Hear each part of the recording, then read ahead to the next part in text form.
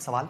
इसमें shaded area वाले questions भी होंगे। सारे क्वाड्रिलेटरल जितने भी स्क्वायर, आपके रेक्टेंगल, रोम्बस, ट्रेपेजियम, पैरेललोग्राम, सबके मैंने मिक्स क्वेश्चन की सीट बनाई है। उसमें भी टॉपिक वाइज है आपके टोटल 51 के आसपास क्वेश्चन है। अलग से जितने भी सवाल बन सकते हैं वो मैं आपको डिस्कस करूंगा। जितने भी शॉर्टकट्स हैं, फॉर्मुले हैं, जो चीज आपको क्वेश्चंस में सॉल्व करते वक्त ध्यान रखनी है वो मैं आपको जरूर बताऊंगा। कंसेप्ट में आपको बीच बीच में डिस्कस करता रहूंगा। मैं कुछ भी चीज छोड़ने वाला हूं नहीं। जैसे ज्योमेट्री ऑसम बनी थी वैसे ही आपकी मेंसुरेशन भी सुपर ऑसम बनेगा। ठीक है, चलिए देखेंगे ध्यान से। जैसे ये पहला सवाल है, अभी मैं जो क्वेश्चन लेने वाला हूं स्टार्टिंग के 6-7 वो आपके जनरल क्वाड्रिलेटरल के हैं। ठीक है, जनरल मतलब कोई भी चतुर्भुज, रैंडम, हमें मतलब नहीं है। क्वाड्रिलेटरल होता क्या है? क्वाड्रिलेटरल क्या है कि एक ऐसा पॉलीगन है जो चार भुजाओं से घिरा होता है। चार भुजाओं से घिरी हुई आकृति को क्या कहते हैं? क्वाड्रिलेटरल कहते हैं। उसके अलग अलग स्पेसिफिकेशन होते हैं, तो ये जनरल क्वाड्रिलेटरल है। ठीक है, जैसे ये पहला क्वेश्चन है आपका, और ये आपके कैट एग्जाम का आया हुआ क्वेश्चन है, लेकिन वैसे तो बहुत पुराना सवाल है पर कैट एग्जाम का आया हुआ सवाल है। ठीक है, चल समझेंगे ध्यान से। Two sides of a plot measure 32 metre and 24 metre. एक प्लॉट है जिसकी दो साइड है 32 मीटर 24 मीटर दिख रहा है। Angle between them is a perfect right angle. उनके बीच में ये जो एंगल है 90 डिग्री का, this angle is 90 degree. Very good. The other two side measure 25 metre each. Other two side जो है क्वाड्रिलेटरल के 25 मीटर इक्वल है। Other three angles are not right angle. Other three angle आपके right angle नहीं है। What is the area of plot? Plot का area क्या है?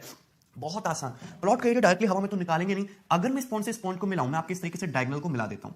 ये मैंने आपके इस तरीके से डायगोनल को मिला दिया। सपोज मैं आपके क्वाड्रिलेटरल का नाम रख दूं, प्लॉट का नाम रख दूं ABCD, तो आप देख सकते हैं कि आपका ये जो सुंदर प्लॉट है ये दो ट्रायंगल से मिलकर बना है। Triangle BAD, triangle BCD, triangle BAD, triangle BCD। अगर मैं इन दोनों ट्रायंगल का एरिया ऐड कर दूं तो प्लॉट का एरिया आ जाएगा। ऐसा मैंने क्यों किया? ऐसा मैंने इसलिए किया क्योंकि मुझे एक राइट एंगल ट्रायंगल दिखाई देगा, ये डायगोनल खींचते ही, और दूसरा मुझे एक आइसोसेलेस ट्रायंगल दिखाई देगा, ये ट्रायंगल, ये डायगोनल खींचते।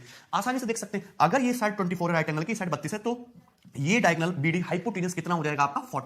40 हो जाएगा। कोई डाउट इसमें किसी को? भाई 3 4 5 ट्रिपलेट होता है, 8 3 24, 8 4 32, 8 5 40। क्लियर है? कोई समस्या इसमें किसी को? आप राइट एंगल ट्रायंगल ABD का एरिया बड़ी आसानी से लिख सकते हैं। राइट एंगल ट्रायंगल का एरिया हो जाएगा 1/2 बेस इंटू हाइट, यानी कि 1/2 32 इंटू 24। कोई समस्या इसमें? Plus plus. इसके बाद आपको चाहिए आइसोसेलेस ट्रायंगल BCD का एरिया। देखिए बहुत आसान सवाल है, कुछ भी नहीं है। आइसोसेलेस ट्रायंगल का एरिया निकालने का तरीका सभी लोगों को बताया हमने कि जो आपका वर्टेक्स होता है उसे आप बेस पे क्या डालते हो? परपेंडिकुलर डालोगे। इस तरीके से यहां से 90 डिग्री का एंगल ये बनाओगे आप, तो ये क्या करेगा? बेस को बाइसेक्ट कर देगा। क्या कर देगा? बाइसेक्ट कर देगा। अगर ये सपोज आपका पॉइंट ही है तो ये जो EB है ये कितना रह जाएगा आपका? 20 रह जाएगा। ऊपर भी 20 रह जाएगा। क्लियर? बेस को बाइसेक्ट करते हैं ना। अगर साइड 25 से 20 है तो ट्रिपलेट से ये कितनी हो जाएगी? Side CE 15। यानी कि triangle right angle sorry isosceles triangle BCD की हाइट कितनी आ गई? 15। 20 15 25 ट्रिपलेट होता है, हाइट 15 आ गई। खत्म सवाल, कुछ करना ही नहीं। आइसोसेलेस ट्रायंगल का area 1/2 base into height. Base कितना है? कंप्लीट BD 40, 1/2 40, और हाइट कितना आ गया आपका? हाइट आ गया आपका 15। हाइट आ गया आपका 15। क्लियर था? ठीक है। 2 से 24 आपका 12 बार चला गया। 24 का 4, यहां से लगे 2, 12 36, 384 प्लस ये 2 से 40 20 टाइम्स प्लस 300। आंसर कितना आ गया आपका? 684। आंसर आ गया आपका 684। 684 मीटर स्क्वायर, ये आपका करेक्ट आंसर था। पूरे प्लॉट का एरिया इस तरीके से निकाल सकते हैं। तो यदि कभी पेपर में ये सवाल आ गया तो आपको इस क्वेश्चन को इस तरीके से अप्रोच करना है। ठीक है, चलिए आगे देखेंगे। सवाल नंबर 2। ओके, सवाल नंबर 2 को करने से पहले आपको क्वाड्रिलेटरल का एक मोस्ट इंपॉर्टेंट कंसेप्ट आना चाहिए। मैं आपको पहले भी बता चुका हूं और मैं आपको एक बार फिर से बता रहा हूं। सपोज मैंने आपके सामने क्वाड्रिलेटरल बनाया, एक चतुर्भुज। हमने आपके सामने क्वाड्रिलेटरल बनाया एक चतुर्भुज। ये किसी भी साइज और शेप का है, इट डजंट मैटर। हमने आपके सामने इस तरीके से क्वाड्रिलेटरल बनाया है। ठीक है, कोई भी हो, जरूर नहीं है कि ये ट्रेपेजियम, पैरेललोग्राम, रोम्बस में से कुछ हो, डजंट मैटर, कुछ भी है। ABCD एक चतुर्भुज है। क्लियर है? अगर मैं इसके दोनों डायगोनल खींच दूं, ये हो गया एक आपका डायगोनल AC, ये हो गया आपका दूसरा डायगोनल BD, और दोनों डायगोनल एक दूसरे को पॉइंट O पे काटते हैं। दोनों डायगोनल एक दूसरे को पॉइंट O पे काटते हैं। तो आपको सिंपल सी थ्योरी पता होनी चाहिए कि डायगोनल के इंटरसेक्शन से आपको कितने ट्रायंगल बनेंगे? आमने सामने के 4 ट्रायंगल बन गए, 1 2 3 4। तो आमने सामने के जो ट्रायंगल हैं उनके एरिया का प्रोडक्ट बराबर होता है। सपोज आपका ये ट्रायंगल का एरिया है A1, आपके ये ट्रायंगल का एरिया है A2, आपके इस ट्रायंगल का एरिया है A3, आपके इस ट्रायंगल का एरिया है A4। तो सभी लोगों को पता होना चाहिए कि आमने सामने के जो ट्रायंगल है उनके एरिया का प्रोडक्ट बराबर होगा। A1 गुणा AT is always equal to A3 into A4।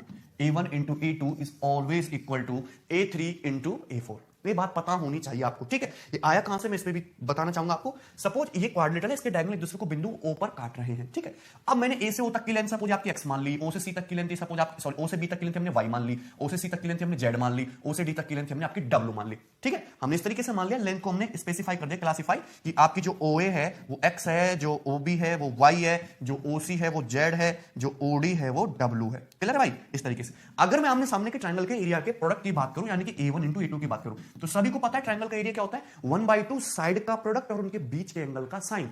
और सपोज मैंने ये वाला एंगल जो है थीटा मान लिया कि ये जो है दोनों डायगोनल एक दूसरे को थीटा एंगल पे काटते हैं। ये थीटा है तो सामने वाला ये एंगल भी थीटा होगा। अगर ये थीटा है तो भाई ये कितना होगा? 180 माइनस थीटा हो जाएगा। ये 180 माइनस थीटा है तो ये भी 180 माइनस थीटा होगा। ये बातें सिंपल सी हैं, सभी को पता है। अगर आप A1 इंटू A2 निकालने की कोशिश करोगे तो कितना जाएगा आपका 1/2। ये देखिए एरिया A1 है, 1/2 W और Z बीच के एंगल का साइन यानी कि sine theta, 1/2 WZ sine theta into आप A2 निकालने की कोशिश करोगे, इस साइड x है इस साइड y है, बीच के एंगल है थीटा यानी कि 1/2 XY साइन थीटा। क्लियर है भाई, कोई समस्या इसमें? अगर आप A3 A4 का प्रोडक्ट निकालने की कोशिश करोगे, A3 इंटू A4, A3 क्या इस ट्रायंगल का एरिया क्या है 1/2। देखिए ये साइड कितनी Z, ये साइड कितनी Y, 1/2 ZY, बीच के एंगल का sine sine x80 minus theta, sine theta ही होता है, सभी को पता है। A4 निकालने की कोशिश करो, इस साइड x इस साइड W, बीच वाला एंगल 180 माइनस थीटा यानी कि 1/2 x into W sine 180 minus theta यानी कि साइन थीटा। क्लियर है? अगर आप यहां पे गौर से देखो तो यहां पे राइट हैंड साइड दोनों का इक्वल दिखाई देता है। देखिए 1/2 1/2 1/2 1/2 XY WZ XY WZ sine theta sine theta sine theta sine theta equal है। तो आपका लेफ्ट हैंड साइड ये जो है प्रोडक्ट A1 इंटू A2 भी बराबर होना चाहिए A3 इंटू A4 के। क्लियर है कि नहीं? विदाउट अभी तक एसएससी ने इस पे सवाल नहीं पूछा है और लेकिन बहुत ही आसान सी चीज है, कभी भी सवाल आपके पेपर में टपक सकता है। ठीक है, चलिए अब ये जो सवाल था सवाल नंबर 2 इसी कंसेप्ट पे बेस्ड था, समझेंगे ध्यान से। ABCD is quadrilateral, the diagonal of ABCD intersect at the point P। आपके सामने हमने क्वाड्रिलेटरल बना दिया, ये बन गया आपका quadrilateral A B C D। इसके डायगोनल एक दूसरे को पॉइंट P पे काटते हैं तो ये काटते रहे हैं आपके डायगोनल, पॉइंट P हो गया। ठीक है, चलिए the area of triangle APB and CPD 12 and 27। APB का एरिया 12 है, CPD का एरिया 27 है। ठीक है, if the area of triangle APD is 13.5, APD का एरिया 13.5 है, तो आपसे ट्रायंगल इसका एरिया पूछा है BPC, ट्रायंगल BPC का एरिया पूछा है, x मान लिया मैंने। क्लियर है? सिंपल सी बात, 27 इंटू 12, देखिए 27 इंटू 12 बराबर 13.5 इंटू x, तो x की वैल्यू कितनी आ गई 24 आ गई। सिंपल सा था सवाल, वर्बली सॉल्व होने वाला, डायग्राम भी बनाने की जरूरत नहीं थी। कि आपको पता है कि 12 इंटू 27 बराबर ये एरिया x है, तो ये एरिया कितना दिया सामने वाला 13.5, 13.5 से 27 दो टाइम चला जाएगा और x बराबर कितना आएगा 12 दूनी 24, x बराबर आएगा आपका 24। क्लियर? कोई समस्या इसमें किसी को? बहुत ही आसान सवाल था। आगे बढ़ेंगे, यह सवाल नंबर 3। देखिए ये जनरल क्वाड्रिलेटरल के शेडेड एरिया वाले सवाल है, बहुत ही इंटरेस्टिंग है, छोटे छोटे से रिजल्ट है और अच्छे क्वेश्चन है। साल को करने से पहले आप जनरल सी बात पता होनी चाहिए, मैं आपको बताने वाला हूं, सुनना ध्यान से। सपोज आपके पास एक क्वाड्रिलेटरल है, एक चतुर्भुज है इस तरीके से, ये हो गया ABCD, ये हो गया आपका क्वाड्रिलेटरल ABCD। बात समझ में आई? अब हमने साइड AB का मिड पॉइंट ले लिया इस तरीके से, ये P हो गया यानी कि AP की वैल्यू PB के बराबर है। साइड CD का मिड पॉइंट ले लिया, ये Q हो गया यानी कि DQ की वैल्यू आपकी QC के बराबर है। तो ये जो मिड पॉइंट है हमने आमने सामने वाली साइड्स के लिए, ध्यान से सुनना, मिड पॉइंट मध्य बिंदु जो है हमने आमने सामने वाली भुजाओं के लिए हैं। क्लियर है? ठीक, हमने क्या किया, पॉइंट A से ये Q को मिलाया, ये Q मिल गया है। हमने क्या किया कि हमने C से ये P को मिलाया, इस तरीके से मिल गया। कोई दिक्कत? ये बात समझ में आती है सबको? इस तरीके से हमने मिलाया, कोई डाउट है? ये बात समझ में आई आपको? तो आमने सामने वाली साइड्स के मिड पॉइंट लिए हैं और मिड पॉइंट को अपोजिट वर्टेक्स से मिला, मिड पॉइंट को उसके अपोजिट वर्टेक्स इस तरीके से मिला कि बीच में क्वाड्रिलेटरल फॉर्म्ड हो, बीच में चतुर्भुज बने। तो आपको पता होना चाहिए कि area of this quadrilateral, area of quadrilateral AQCP बराबर होगा किसके? एरिया ऑफ ट्राइंगल, ट्राइंगल कौन सा? ADQ, area of triangle ADQ plus area of triangle कौन सा? PCB, area of triangle PCB, इन दोनों ट्राइंगल के एरिया के सम के। ये जो क्वाड्रिलेटरल है इसका एरिया इन दोनों ट्राइंगल के एरिया के सम के बराबर होगा और इन्हीं दोनों का एरिया बराबर होगा half of area of quadrilateral ABCD। पूरे चतुर्भुज ABCD के एरिया का कितना होगा? हाफ होगा। ये स्टैंडर्ड रिजल्ट है जो आपको पता होना चाहिए था। क्लियर है? सिंपल सी बात है, ध्यान से समझेंगे कि ये रिजल्ट आया कहां से। अगर मैं सपोज डायगोनल A से C को मिला दूं, मैंने ये A से C को डायगोनल मिला दिया। क्लियर? अगर मैं डायगोनल A से C को मिला दूं, क्वाड्रिलेटरल का मैंने डायगोनल AC मिला दिया। सभी लोगों को एक बात पता होती है कि सपोज आपका ये एक ट्रायंगल है, ट्रायंगल ABC, साइड BC का मिड पॉइंट D है, तो मैं AD को मिलाऊंगा तो AD को हम मीडियन कहते हैं। मीडियन ट्रायंगल को दो इक्वल एरिया में डिवाइड करती है। अगर ये एरिया 1 यूनिट है तो ये एरिया भी आपका 1 यूनिट जाएगा। ये बात सभी को पता है। क्लियर है? ठीक है, कि मीडियन ट्रायंगल को दो इक्वल एरिया में डिवाइड करेगी। अगर आप ट्रायंगल ADC, त्रिभुज ADC, त्रिभुज ADC पे गौर फरमाओगे, ट्रायंगल ADC पे गौर फरमाओगे, तो अगर ये आपका साइड CD का मिड पॉइंट Q है तो AQ ट्रायंगल ADC के लिए मीडियन का काम कर रही है, तो इस ट्रायंगल का एरिया भी स्मॉल है और इस ट्रायंगल का एरिया भी स्मॉल है, होगा कि नहीं? ट्रायंगल ADQ, ट्रायंगल AQC दोनों का एरिया स्मॉल स्मॉल होगा, साइड CD का mid point Q, AQ median equal equal बांटेंगे, होगा। सिमिलरली अगर आप ट्रायंगल ACB को ध्यान से देखें, त्रिभुज ACB, साइड AB का मिड पॉइंट है P, तो CP क्या है? मीडियन है। मीडियन ट्रायंगल को दो इक्वल एरिया में डिवाइड करती है। तो अगर ये ट्रायंगल का एरिया B है भाई, तो इस ट्रायंगल का एरिया भी तो B ही होगा। दोनों ट्रायंगल का एरिया क्या होगा? आपका बराबर होगा। अगर इस ट्रायंगल का एरिया B है तो इस ट्रायंगल का एरिया भी क्या होने वाला है? आपका B होने वाला है। क्लियर? कोई डाउट? तो अगर मैं देखूं क्वाड्रिलेटरल AQCP का एरिया कितना आया है? A plus B। Quadrilateral AQCP का एरिया कितना है आपका? A plus B। देख सकते हैं क्वाड्रिलेटरल AQCP का एरिया कितना है आपका? A plus B। और आप देख सकते हैं ट्रायंगल ADQ का एरिया A और ट्रायंगल CPB का एरिया B, ये भी A प्लस B। और पूरे क्वाड्रिलेटरल ABCD का एरिया 2A प्लस 2B और 2A प्लस 2B का हाफ ही है आपका एरिया ऑफ क्वाड्रिलेटरल AQCP। ठीक है, ये बात समझ में आई सबको? तो ये बात मैंने आपको प्रूव भी करके दिखाई, ऐसे कोई बहुत बड़ी बात नहीं थी, बहुत ही आसान रिजल्ट है। आपको याद होना चाहिए कि किसी भी क्वाड्रिलेटरल में हम अपोजिट साइड के मिड पॉइंट्स ले लेंगे और उनको वर्टिसेस से मिलाकर हम क्वाड्रिलेटरल फॉर्म करें, जैसे हमने इस फिगर में किया, तो वो क्वाड्रिलेटरल हमेशा आपके ओरिजिनल क्वाड्रिलेटरल के एरिया का हाफ एरिया होगा। क्लियर है, सिंपल सी बात है। अब देखते हैं, हम देखेंगे, देखो 3-4 इस पे थ्योरम्स हैं, थ्योरम्स ही कह लीजिए, रिजल्ट है, स्टैंडर्ड रिजल्ट, उन्हीं पे मैंने क्वेश्चन बनाया है, थ्योरम भी है और उन पे हमने क्वेश्चंस बना दिए हैं, ध्यान से समझेंगे। आपके पास एक क्वाड्रिलेटरल, एक चतुर्भुज A B C D, quadrilateral A B C D, चतुर्भुज ए बी सी डी, सभी साइड्स के मिड पॉइंट दे रखे हैं ई एफ जी एच, दिखाई दे रहा है आपको, सभी साइड्स के मिड पॉइंट दे रखे हैं E F G H, corner पे ट्रायंगल बन रहे हैं, उनके एरिया लिखे हैं 1 2 3 4, बीच में क्वाड्रिलेटरल बना है पी क्यू आर एस, इसका एरिया आपसे पूछा है, तो पता होना चाहिए कि पी क्यू आर एस का जो एरिया होगा वो छोटू ट्रायंगल्स जो हम सबके एरिया के सम के बराबर, यानी कि 10 होगा। कितना होगा? 10। आंसर तो इसका 1 सेकंड का है, ए ऑप्शन आपका करेक्ट आंसर हो जाएगा। ठीक है, ए ऑप्शन। क्लियर है? कोई समस्या इसमें किसी को? बहुत आसान था। अब ये आया कहां से, हम ये भी देख लेते हैं। क्लियर है, ये आया कहां से, हम इसको भी देखते हैं, समझेंगे ध्यान से। अगर हम बात करें यहां पे, ये तुम्हारा क्वाड्रिलेटरल एबीसीडी, साइड एबी का मिड पॉइंट क्या है? ई। साइड यहां पे सीडी का मिड पॉइंट क्या है? जी। ये मिड पॉइंट हो गया, मिड पॉइंट हो गया। क्लियर है, समझ रहे बात को? तो अगर ये मिड पॉइंट हो गया, तो ये जो ट्रायंगल एडीजी है, ये जो ट्रायंगल सीईबी है, इनके एरिया का सम पूरे क्वाड्रिलेटरल के एरिया का हाफ होगा, और जो बीच में जो क्वाड्रिलेटरल बना एईसीजी, इसका एरिया भी पूरे क्वाड्रिलेटरल के एरिया का हाफ होगा। तो बाकी remaining triangle, triangle AGD, triangle CEB, इनका एरिया का जो सम होगा पूरे क्वाड्रिलेटरल के एरिया का हाफ होगा। अगर मैं इस ट्रायंगल को थोड़ी देर के लिए, सपोज इसको एरिया को ए मान लेता हूं, इसको बी मान लेता हूं, इसको के मान लेता हूं, तो मुझे पी क्यू आर एस का एरिया चाहिए के। तो अगर ट्रायंगल एडीजी के एरिया की बात करें तो है कितना? 1 + 2 + के, यही है 1 + 2 + ए, सॉरी क्या है? 1 + 2 + ए, ये हो गया आपके इस ट्रायंगल का एरिया, एडीजी का एरिया। ट्रायंगल सीईबी का एरिया कितना? 4 + b + 3, 4 + b + 3। क्लियर है? ये हो गया आपके ट्रायंगल सीईबी का एरिया, जो कि पूरे क्वाड्रिलेटरल के एरिया का हाफ है, इन दोनों ट्रायंगल के एरिया का सम। कोई दिक्कत इसमें किसी को? अब समझेंगे। अगर मैं quadrilateral B H D F, B H D F, B H D F, B H D F, इसको ध्यान से समझूं तो मुझे नजर आता है कि देखो साइड बीसी का मिड पॉइंट, साइड एडी का मिड पॉइंट, और मिड पॉइंट को मैंने अपोजिट वर्टिसेस से मिला के इस तरीके से क्वाड्रिलेटरल बनाया। तो जो क्वाड्रिलेटरल बीएचडीएफ है, ये पूरे क्वाड्रिलेटरल एबीसीडी के एरिया का हाफ होगा, यानी कि ये इसके बराबर होना चाहिए, ए प्लस के प्लस बी के बराबर होना चाहिए। मैंने दोनों को इक्वेट कर दिया। आपको बस एरियाज को इक्वेट करना होता है, इक्वल एरियाज को, और बस इतना गौर किया करो कि जो आपका कॉमन एरिया है इस तरीके से इक्वेट करो कि जो कॉमन एरिया है वो कट जाए। यहाँ पे ए और बी कॉमन आ रहा था और इस क्वाड्रिलेटरल में ए और बी कॉमन आ रहा था, तो हमने इस तरीके से इक्वेट किया कि आपका ए और बी कट जाए। देखिए ए से आपका ए कैंसिल आउट हो जाएगा, बी से आपका बी कैंसिल आउट हो जाएगा, और के बराबर जो इन सबका सम सुंदर सा कितना आ जाएगा? 10। तो आपके quadrilateral P Q R S का एरिया एक ही लाइन में कितना आ गया? 10। क्लियर? कोई समस्या इसमें किसी प्रकार की? बहुत ही आसान सवाल था। आगे बढ़ेंगे। ओके, सवाल नंबर 4। सवाल नंबर 4 बहुत आसान सवाल है, कुछ भी नहीं है, आपको बस ध्यान से समझना। सेम वही क्वेश्चन है। In the given figure find the value of x. दिए गए चित्र में आपको एक्स की वैल्यू निकालनी है। अच्छा, इतना दिया गया कि ये मिड पॉइंट है। देखिए मिड पॉइंट है कैसे? देखिए B B C C D D A A, length लिखा हुआ है ना, तो इसको हाफ ऑफ कर रहा है। सारे के सारे क्या? ये मिड पॉइंट है आपका, ये मिड पॉइंट है, ये मिड पॉइंट है, ये मिड पॉइंट है। आपसे एक्स की वैल्यू पूछिए। देखिए जिस एरिया के अंदर लिखा हुआ है वो उसका एरिया, जैसे यहाँ पे 9 लिखा हुआ है तो ये इस क्वाड्रिलेटरल का एरिया है, 7 लिखा हुआ है ये इस क्वाड्रिलेटरल का एरिया, यहाँ पे 8 लिखा हुआ है ये इस क्वाड्रिलेटरल का एरिया। ये एक्स आपको निकालना है। एक्स में देखते ही बता सकता हूं, मुझे कुछ करने की जरूरत ही नहीं है। इस 9 + 7 16 और 8 + 8 16, आंसर आ गया 8। कुछ करने की जरूरत नहीं, सिंपल सा सवाल था। अब समझेंगे ध्यान से हुआ कैसे।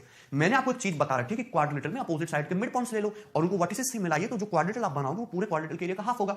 यहां पे आपको इसका मिड पॉइंट दिख रहा है ये बी, यहां पे मिड पॉइंट दिख रहा है आपको डी, तो बी से वर्टिस को मिलाया, इसको वर्टिसेस को मिलाया। देख रहे हैं, मिड पॉइंट को वर्टिस से मिलाया, इसको इस वर्टेक्स से मिलाया। तो जो क्वाड्रिलेटरल बन रहा है, ये जो कांटा क्वाड्रिलेटरल है, ये पूरे क्वाड्रिलेटरल के एरिया का हाफ होगा। क्लियर है? बीच वाले रीजन को थोड़ी देर के लिए हम मान लेते हैं कि सपोज आपका ये स्मॉल ए, क्या है? स्मॉल ए। ये कितना होगा? 9 + a + 7, 9 + a + 7, जो कि पूरे क्वाड्रिलेटरल के एरिया का हाफ है। 9 + a + 7, जो कि पूरे क्वाड्रिलेटरल के एरिया का हाफ है ना। अगर हम इसको गौर फरमाएं, ये साइड स्मॉल है, ये साइड स्मॉल है, ये साइड स्मॉल सी, ये साइड स्मॉल सी, तब ध्यान से देखना, ये जो क्वाड्रिलेटरल बनेगा, मिड पॉइंट से वर्टेक्स को मिलाया, ये मिड पॉइंट से वर्टेक्स को मिलाया, ये भी तो पूरे क्वाड्रिलेटरल के एरिया का हाफ होगा भाई। हाफ है कितना? 8 + a + x बराबर 8 + a + x। देखिए a से आपका a कैंसिल आउट हो जाएगा, x बराबर 16 - 8, यानी कि 8 आ जाएगा। क्लियर? यानी कि स्टेप से रिजल्ट हो तो आमने सामने के जो क्वाड्रिलेटरल है उनके एरिया का सम बराबर होगा 9 + 7 = 8 + 8। ये थ्योरम्स भी है, मैंने आपको प्रूफ भी करके दिखाएंगे कहां से आ रहा है। क्लियर? सिंपल सी बात है। आगे बढ़ेंगे। यस, सवाल नंबर 5। सवाल नंबर 5 ज्यादा इंपॉर्टेंट है क्योंकि इसमें आप गड़बड़ कर सकते हो, ध्यान से समझना है। चलिए, ABCD is a quadrilateral. P and Q are the midpoints of DC and AB respectively. Find the area of triangle DEP. DEP ये क्वाड्रिलेटरल दिख रहा है, इसमें DC का मिड पॉइंट है P, AB का मिड पॉइंट है Q, और ये जो ट्रायंगल का देखिए इसका एरिया AEQ का 17 है, इसका 18 है, इसका 16 है। तो आपसे ट्रायंगल DEP इसका एरिया ये X आपसे पूछा है, ट्रायंगल DEP का एरिया X आपसे पूछा है। तो ये भी एक थ्योरम है, आसानी से निकाल सकते हो कि 17 प्लस 18 यानी कि 35 और 16 प्लस 19 यानी कि 35। डायगोनली सम करना, 17 प्लस 18 16 प्लस 19, आंसर क्या है 19। सिंपल सा, ठीक है, इसमें गलती मत कर देना, आमने सामने के बराबर नहीं होती, ये होती 17 प्लस 18 बराबर 16 प्लस 19। आया कहां से ये भी मैं आपको बताऊंगा, ध्यान से समझना।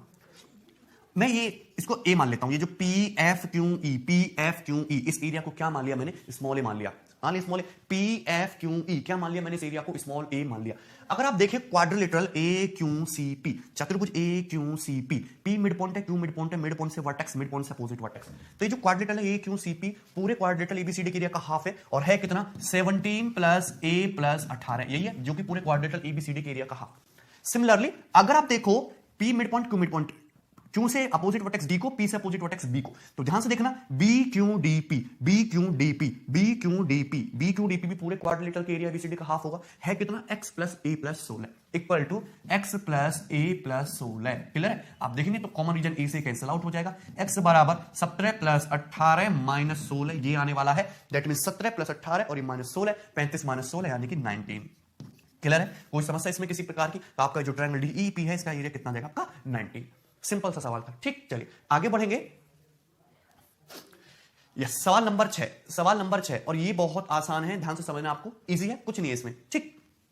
चलिए सपोज ये आपका क्वाड्रिलेटरल है, इसको आप देखते ही बना सकते हो। सवाल का आंसर 25 हो गया, 9 प्लस 16 25, ठीक है।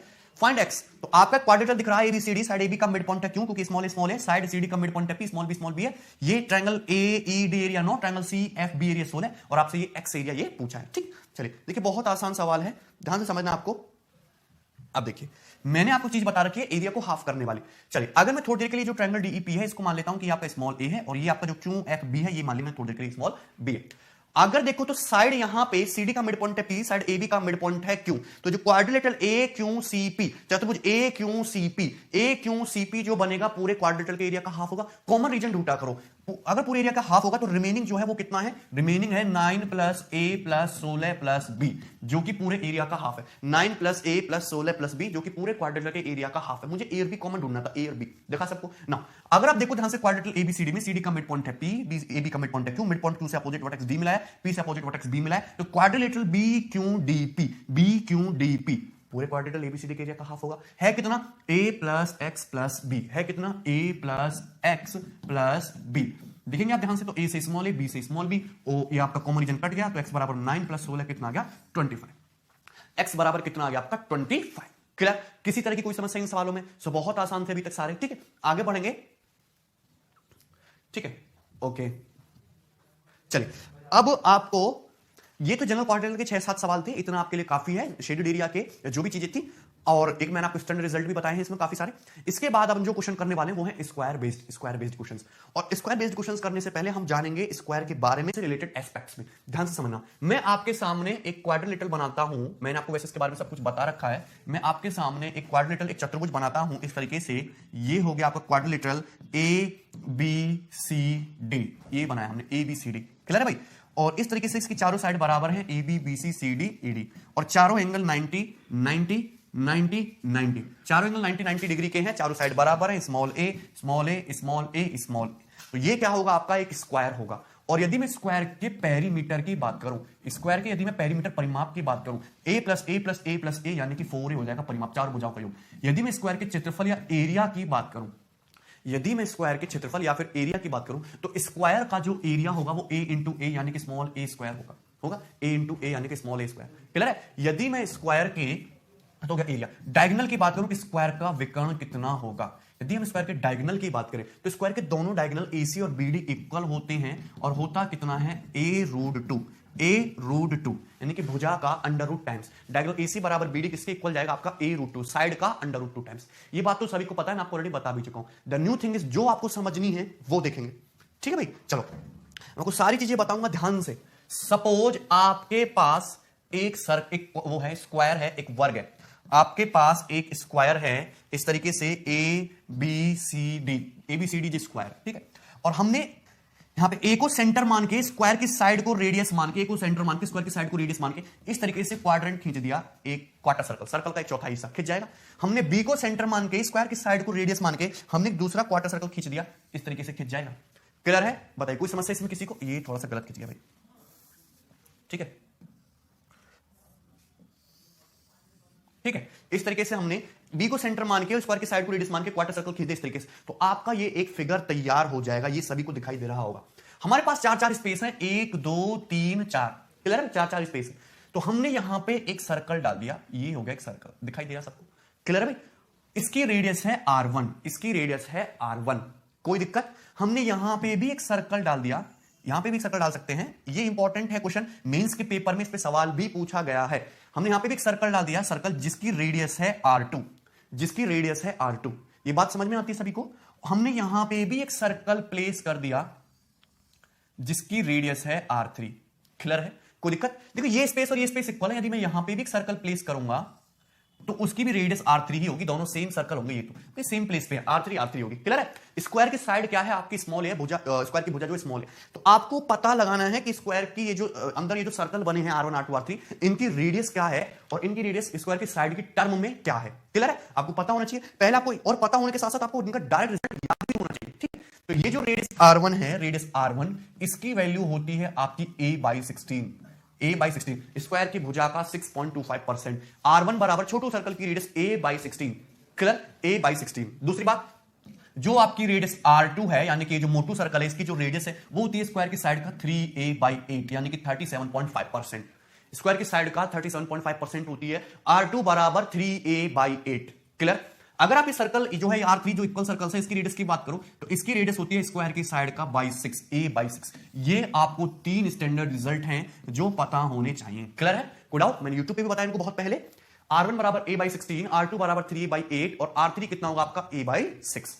क्लियर? सिंपल सी बातें हैं। चलिए अब देखिए ध्यान से, अगर मैं यहां पे ये R1 R2 और R3 के रेशियो की बात करूं, अगर मैं इन तीनों सर्कल्स की जो रेडियस है इसके रेशियो की बात करूं, रेशियो भी आपके पेपर में पूछा जा सकता है, तो रेशियो को थोड़ा सिंप्लीफाई करते हैं, a/16 ratio 3a/8 ratio a/6, ratio a/6। Clear है?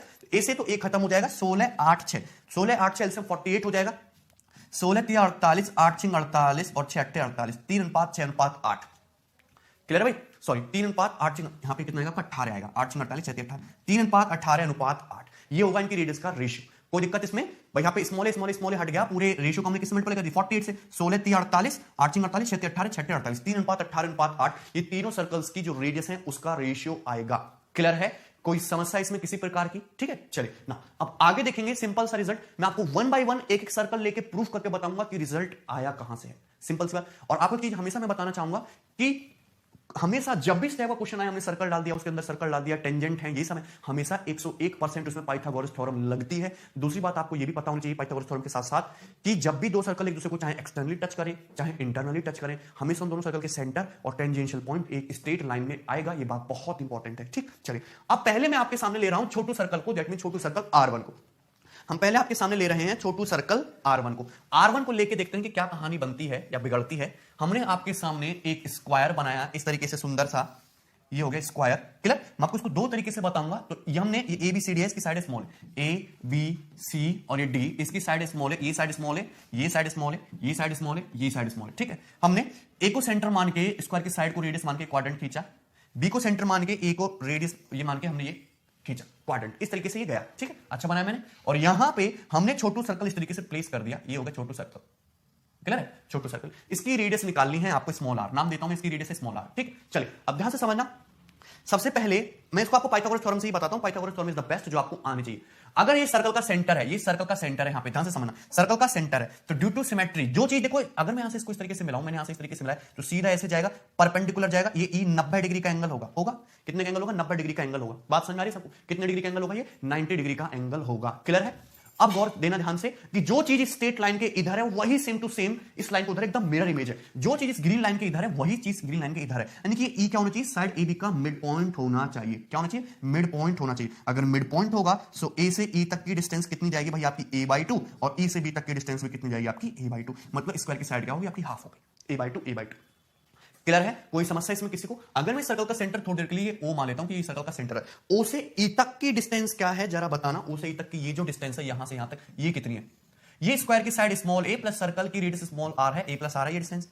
कोई डाउट इसमें? बताना। ए प्लस आर है कैसे? अगर आप ध्यान से देखोगे तो ए से डी तक तो स्क्वायर की कंप्लीट साइड है स्मॉल ए, ये तो कंप्लीट साइड है स्क्वायर की स्मॉल ए, आप देख सकते हैं स्क्वायर की कंप्लीट साइड है स्मॉल ए। अगर स्क्वायर की कंप्लीट साइड है स्मॉल ए और ये क्या है, मैंने छोटे सर्कल की रेडियस को स्मॉल आर माना है, तो स्मॉल आर कम है लेंथ, तो कितना बचा? ए माइनस आर बचा। भाई ये तुम्हारा स्मॉल आर लेंथ कम है, सेंटर से सर्कमफेरेंस की दूरी, ए से स्मॉल आर कम कर दीजिए, सॉरी ए माइनस आर आएगा। कितना आएगा आपका? ये ए माइनस आर आएगा, ना कि ए प्लस आर, ये ए माइनस आर आएगा। ठीक है, ए माइनस आर। क्लियर है? तो ये डिस्टेंस कितनी होगी आपकी? ए माइनस आर। कोई डाउट इसमें? अब देखिए ध्यान से, मैंने बताया कि जब भी दो सर्कल एक दूसरे को एक्सटर्नली टच करेंगे तो उनके सेंटर और टेंजेंशियल पॉइंट एक स्ट्रेट लाइन में होंगे। ये छोटू सर्कल दिख रहा है, छोटू सर्कल ब्लू ब्लू, आपको ये भी तो, ये जो क्वाड्रेंट है जो ए को सेंटर मान के स्क्वायर की साइड को रेडियस मान के खींचा गया, ये भी तो एक सर्कल ही है और दोनों एक दूसरे को इस पॉइंट पे टच करते हैं। क्लियर है कि नहीं? तो दोनों सर्कल के सेंटर्स, यानी कि सर्कल का सेंटर स्मॉल है, इसका ओ और टेंजेंशियल पॉइंट हमेशा एक स्ट्रेट लाइन में होगा, कुछ इस तरीके से, कुछ इस तरीके से होगा। क्लियर है? डायग्राम चाहे कैसे भी बने, कुछ इस तरीके से होगा। क्लियर है? तो और ये एक दूसरे को एक्सटर्नली टच कर रहे हैं, जब एक्सटर्नली टच कर रहे हैं तो उनके सेंटर के बीच की दूरी, इनकी रेडियस का सम होगी। क्वाड्रेंट की रेडियस क्या है? स्क्वायर की साइड के बराबर। छोटू सर्कल की रेडियस क्या है? Small R. तो ये ए से ओ तक की जो डिस्टेंस है ये कितनी जाएगी आपकी? ए प्लस आर। कितनी जाएगी आपकी? ए प्लस आर। कोई समस्या इसमें किसी को? बताइए मुझे। ए प्लस आर। क्लियर है? सिंपल सी बात है, ए से ओ तक की डिस्टेंस कितनी जाएगी आपकी? ए प्लस आर। क्लियर है? दोनों के सेंटर के बीच की दूरी, भाई इसकी रेडियस स्मॉल है, इसकी radius small R, A plus R हो गया। मेरे पास एक ट्रायंगल है, ट्रायंगल एओपी। इस ट्रायंगल एओपी को पकड़ लेते हैं कोने में, ये हो गया आपका ट्रायंगल एओई। ये ट्रायंगल है एओई, ये एंगल आपका 90 डिग्री का है, ये डिस्टेंस है a/2, ये डिस्टेंस है a माइनस आर, ये डिस्टेंस है a प्लस आर, 90 डिग्री दिख रहा है। तो क्या मैं इसमें पाइथागोरस थ्योरम नहीं लगा सकता? हम इसमें पाइथागोरस थ्योरम लगा सकते हैं आसानी से। अगर आप इसमें पाइथागोरस थ्योरम लगाओगे तो आप इजीली देख सकते हो ये a माइनस आर है, ये a/2 है और ये आपका a प्लस आर है। हाइपोटेनस का स्क्वायर a प्लस आर का होल स्क्वायर बराबर होता है a माइनस आर का होल स्क्वायर प्लस a/2 का होल स्क्वायर। यही है।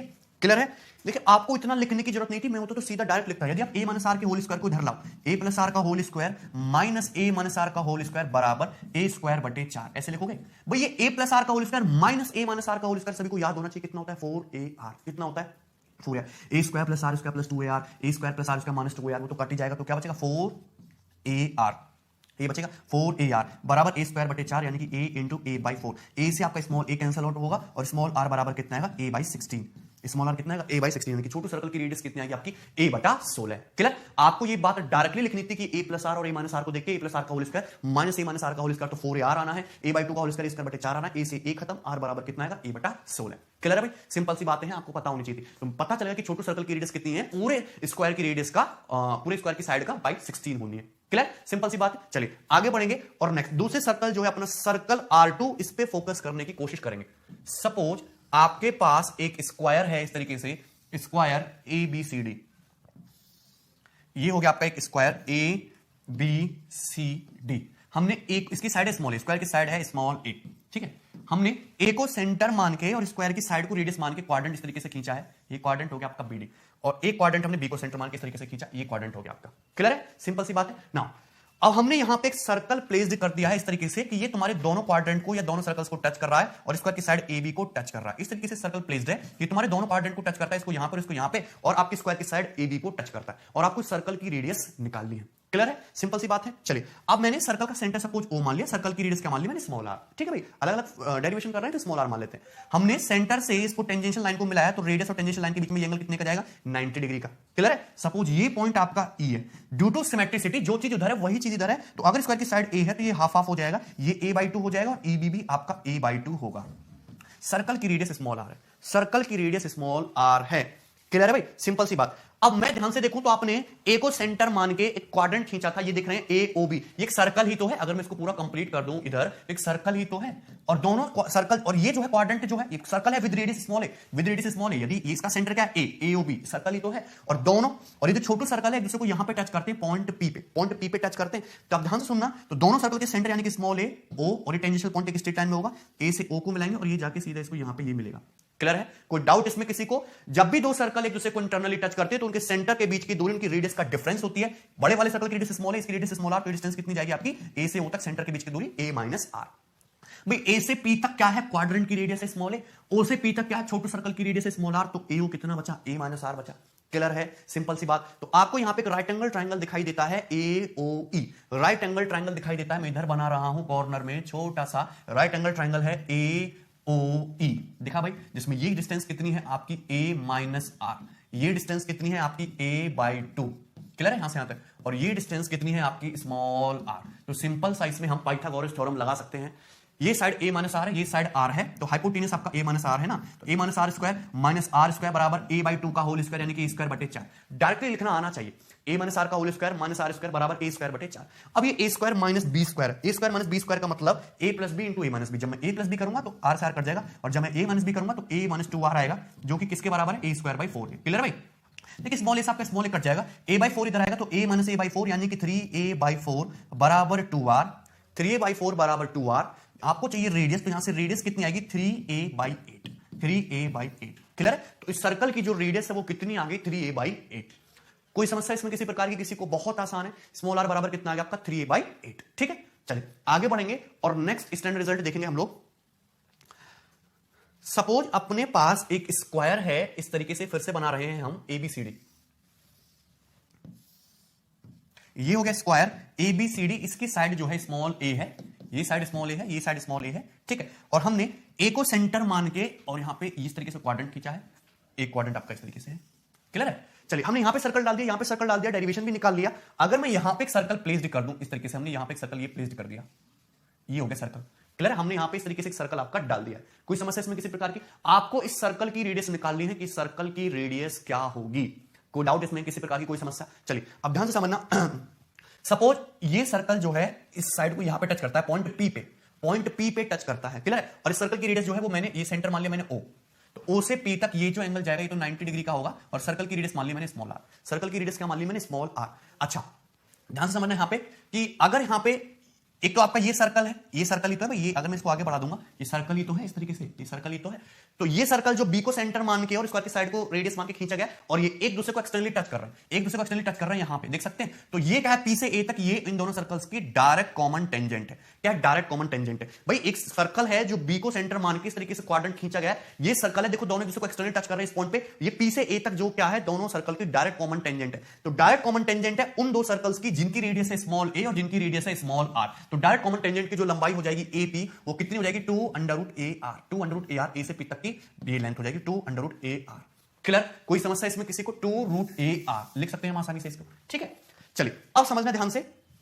आपको एक यहां पे सर्कल दिखाई देता है जो सेंटर A को मान के खींचा गया है, स्क्वायर की साइड को रेडियस मान के, और ये जो छोटा सर्कल है बिल्कुल एक दूसरे को इस पॉइंट पे इंटरनली टच कर रहे हैं। तो दोनों सर्कल के सेंटर यानी कि A, ये पॉइंट O और ये जो Q है, ये एक स्ट्रेट लाइन में होना चाहिए, ये एक स्ट्रेट लाइन में होना चाहिए। अगर ये एक स्ट्रेट लाइन में है तो A से O तक की ये डिस्टेंस, A से O तक की ये डिस्टेंस दोनों सर्कल के सेंटर के बीच की दूरी, और ये टेंजेंशियल पॉइंट इस तरीके से स्ट्रेट लाइन में होगा। क्लियर है? सो जब भी दो सर्कल एक दूसरे को इंटरनली टच करते हैं तो उनके सेंटर के बीच की दूरी क्या हो जाती है, उनकी रेडियस का डिफरेंस यानी कि A माइनस R होगा। ये कितना होगा आपका, A माइनस R होगा। क्लियर है, सिंपल सी बात है भाई। A से Q तक क्वाड्रेंट की रेडियस स्मॉल है, A से O से Q तक छोटे सर्कल की radius small r, so A से O तक फिर कितना बचा, A माइनस R।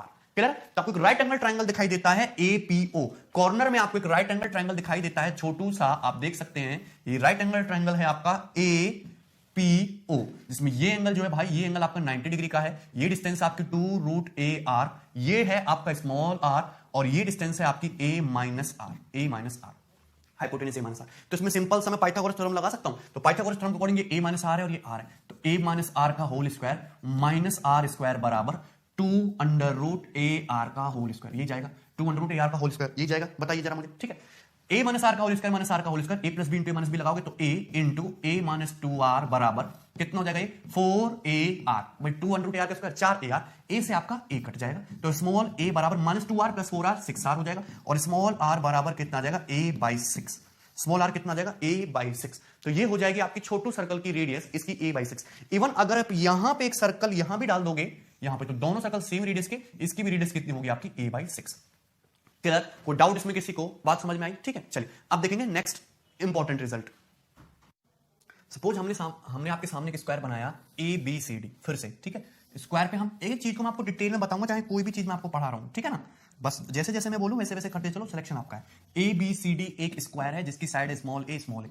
मैं फिर से वही चीज करने वाला हूं, मैंने इस स्क्वायर की साइड बता दी, इस बार आपको 16 सेंटीमीटर की साइड, सपोज 16 सेंटीमीटर है। यहां पे हमने इस तरीके से क्वाड्रेंट खींच दिया, यहां पे हमने इस तरीके से क्वाड्रेंट खींच दिया, और मैंने यहां पे एक सर्कल डाल दिया, और मैंने पूछा सर्कल की रेडियस बताओ, तब कहोगे सर क्यों मजाक कर रहे हो। अगर ये 16 है तो अभी तो आपने बताया कि इसकी रेडियस जो होगी तुम्हारी स्क्वायर की साइड का बाई 16 यानी कि 1 सेंटीमीटर होगी, इसकी रेडियस 1 सेंटीमीटर होगी। क्लियर है, सिंपल सी बात। लेकिन मैंने पूछा कि भाई इसकी मत बताओ तुम, यहां पे मैं एक सर्कल और डाल देता हूं, इसकी रेडियस बताओ, इसकी रेडियस बताओ, ये वाले की, इस वाले की रेडियस कितनी होगी। क्लियर है, कोई समस्या इसमें किसी को। मतलब ये सर्कल तो था ही जो दोनों क्वाड्रेंट को टच कर रहा था, साइड सीडी को टच कर रहा था। हमने एक अनदर सर्कल और खींच लिया जो इस सर्कल को टच कर रहा है, क्वाड्रेंट को टच कर रहा है और स्क्वायर की साइड सीडी को भी टच कर रहा है। इसकी रेडियस बताओ। तो कैसे करोगे ये बताओ।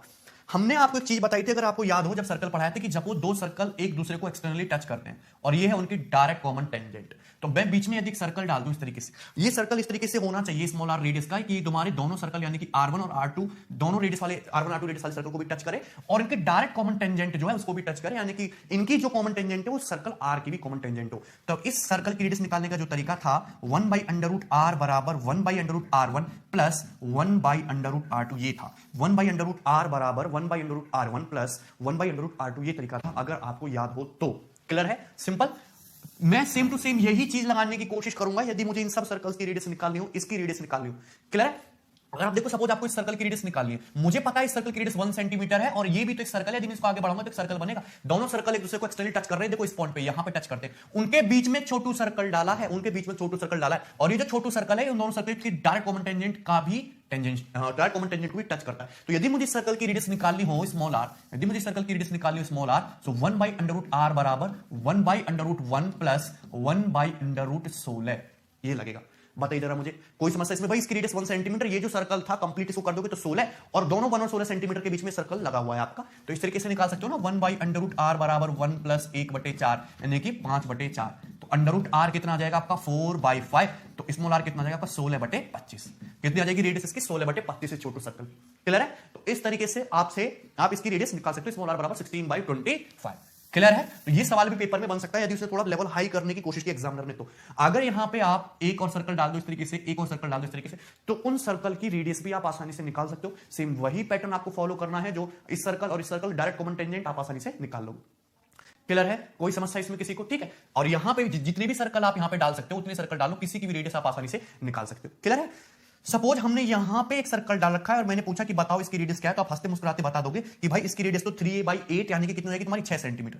इसकी रेडियस कितनी हो जाएगी आपकी 6 सेंटीमीटर। क्लियर है, 3a/8, 8 दूनी 16, 2 3 6। लेकिन मैंने पूछा ना इसकी मत बताओ भाई, आप इस सर्कल की रेडियस बताओ, इस सर्कल की रेडियस बताओ, इसकी रेडियस बताओ। तो इस सर्कल की रेडियस आप कैसे निकालोगे ये बताइए जरा। इस सर्कल की रेडियस आपको बतानी है, ठीक है, इस वाले सर्कल की रेडियस, और या फिर यहां पे इस सर्कल की रेडियस बतानी है। इन सभी सर्कल्स की आप रेडियस को आसानी से निकाल सकते हो।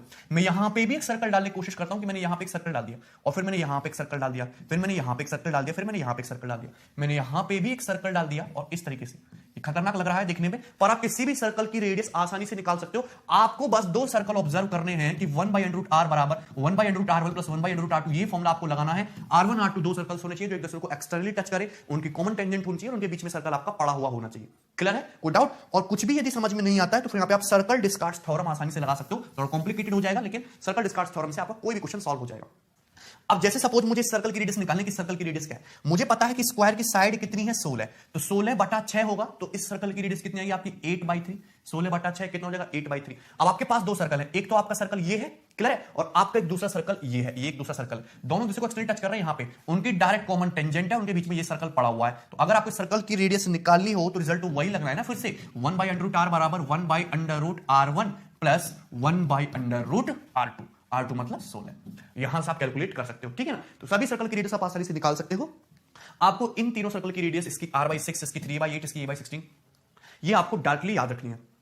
क्लियर, कोई समस्या इसमें किसी को किसी प्रकार की, ठीक है। तो ये सब आसान सी बातें थी, मैंने आपको समझा दी है। नेक्स्ट, इसके बाद देखेंगे नेक्स्ट वेरी इंपॉर्टेंट रिजल्ट, बहुत आसान सा है, आपको पता भी होगा, मैंने पहले भी एक्सप्लेन किया। सपोज आपके पास एक स्क्वायर है ABCD, आपके पास एक स्क्वायर है, हमने इस स्क्वायर ABCD का खींचा है सर्कम सर्कल, ये नाम देता हूं मैं ABCD स्क्वायर। स्क्वायर ABCD का सर्कम सर्कल खींचा है परिवृत्त कुछ इस टाइप से।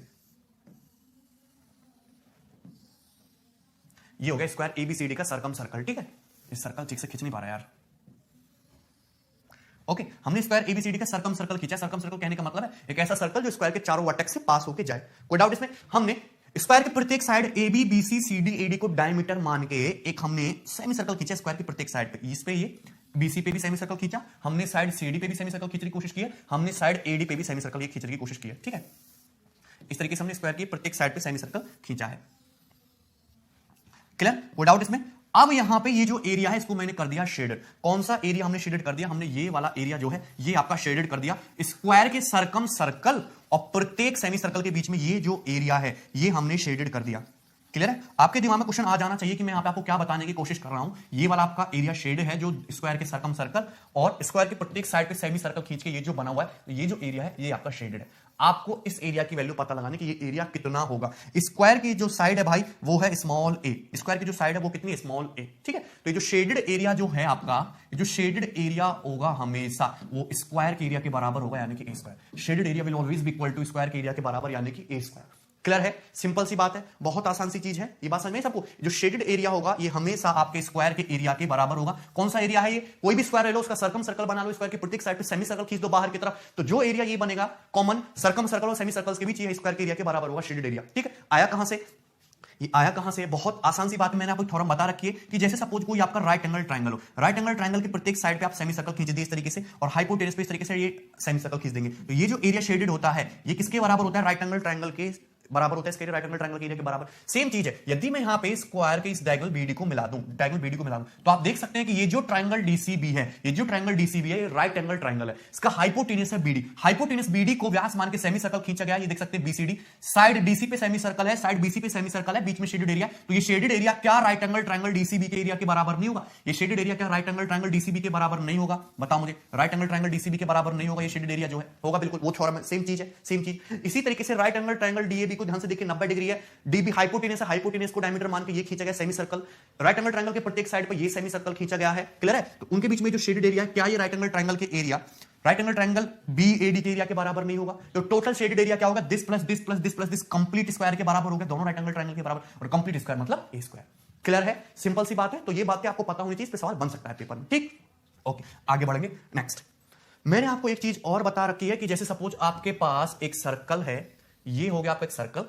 क्लियर है? और सर्कल के अंदर बनाया है मैंने स्क्वायर, ये हो गया आपका सर्कल। सर्कल के अंदर हमने बनाया इस तरीके से स्क्वायर। क्लियर? अब इस स्क्वायर के अंदर हमने फिर से बनाया एक सर्कल, ये हो गया सर्कल। और इस सर्कल के अंदर मैंने फिर से बनाया एक स्क्वायर, ये हो गया आपका स्क्वायर।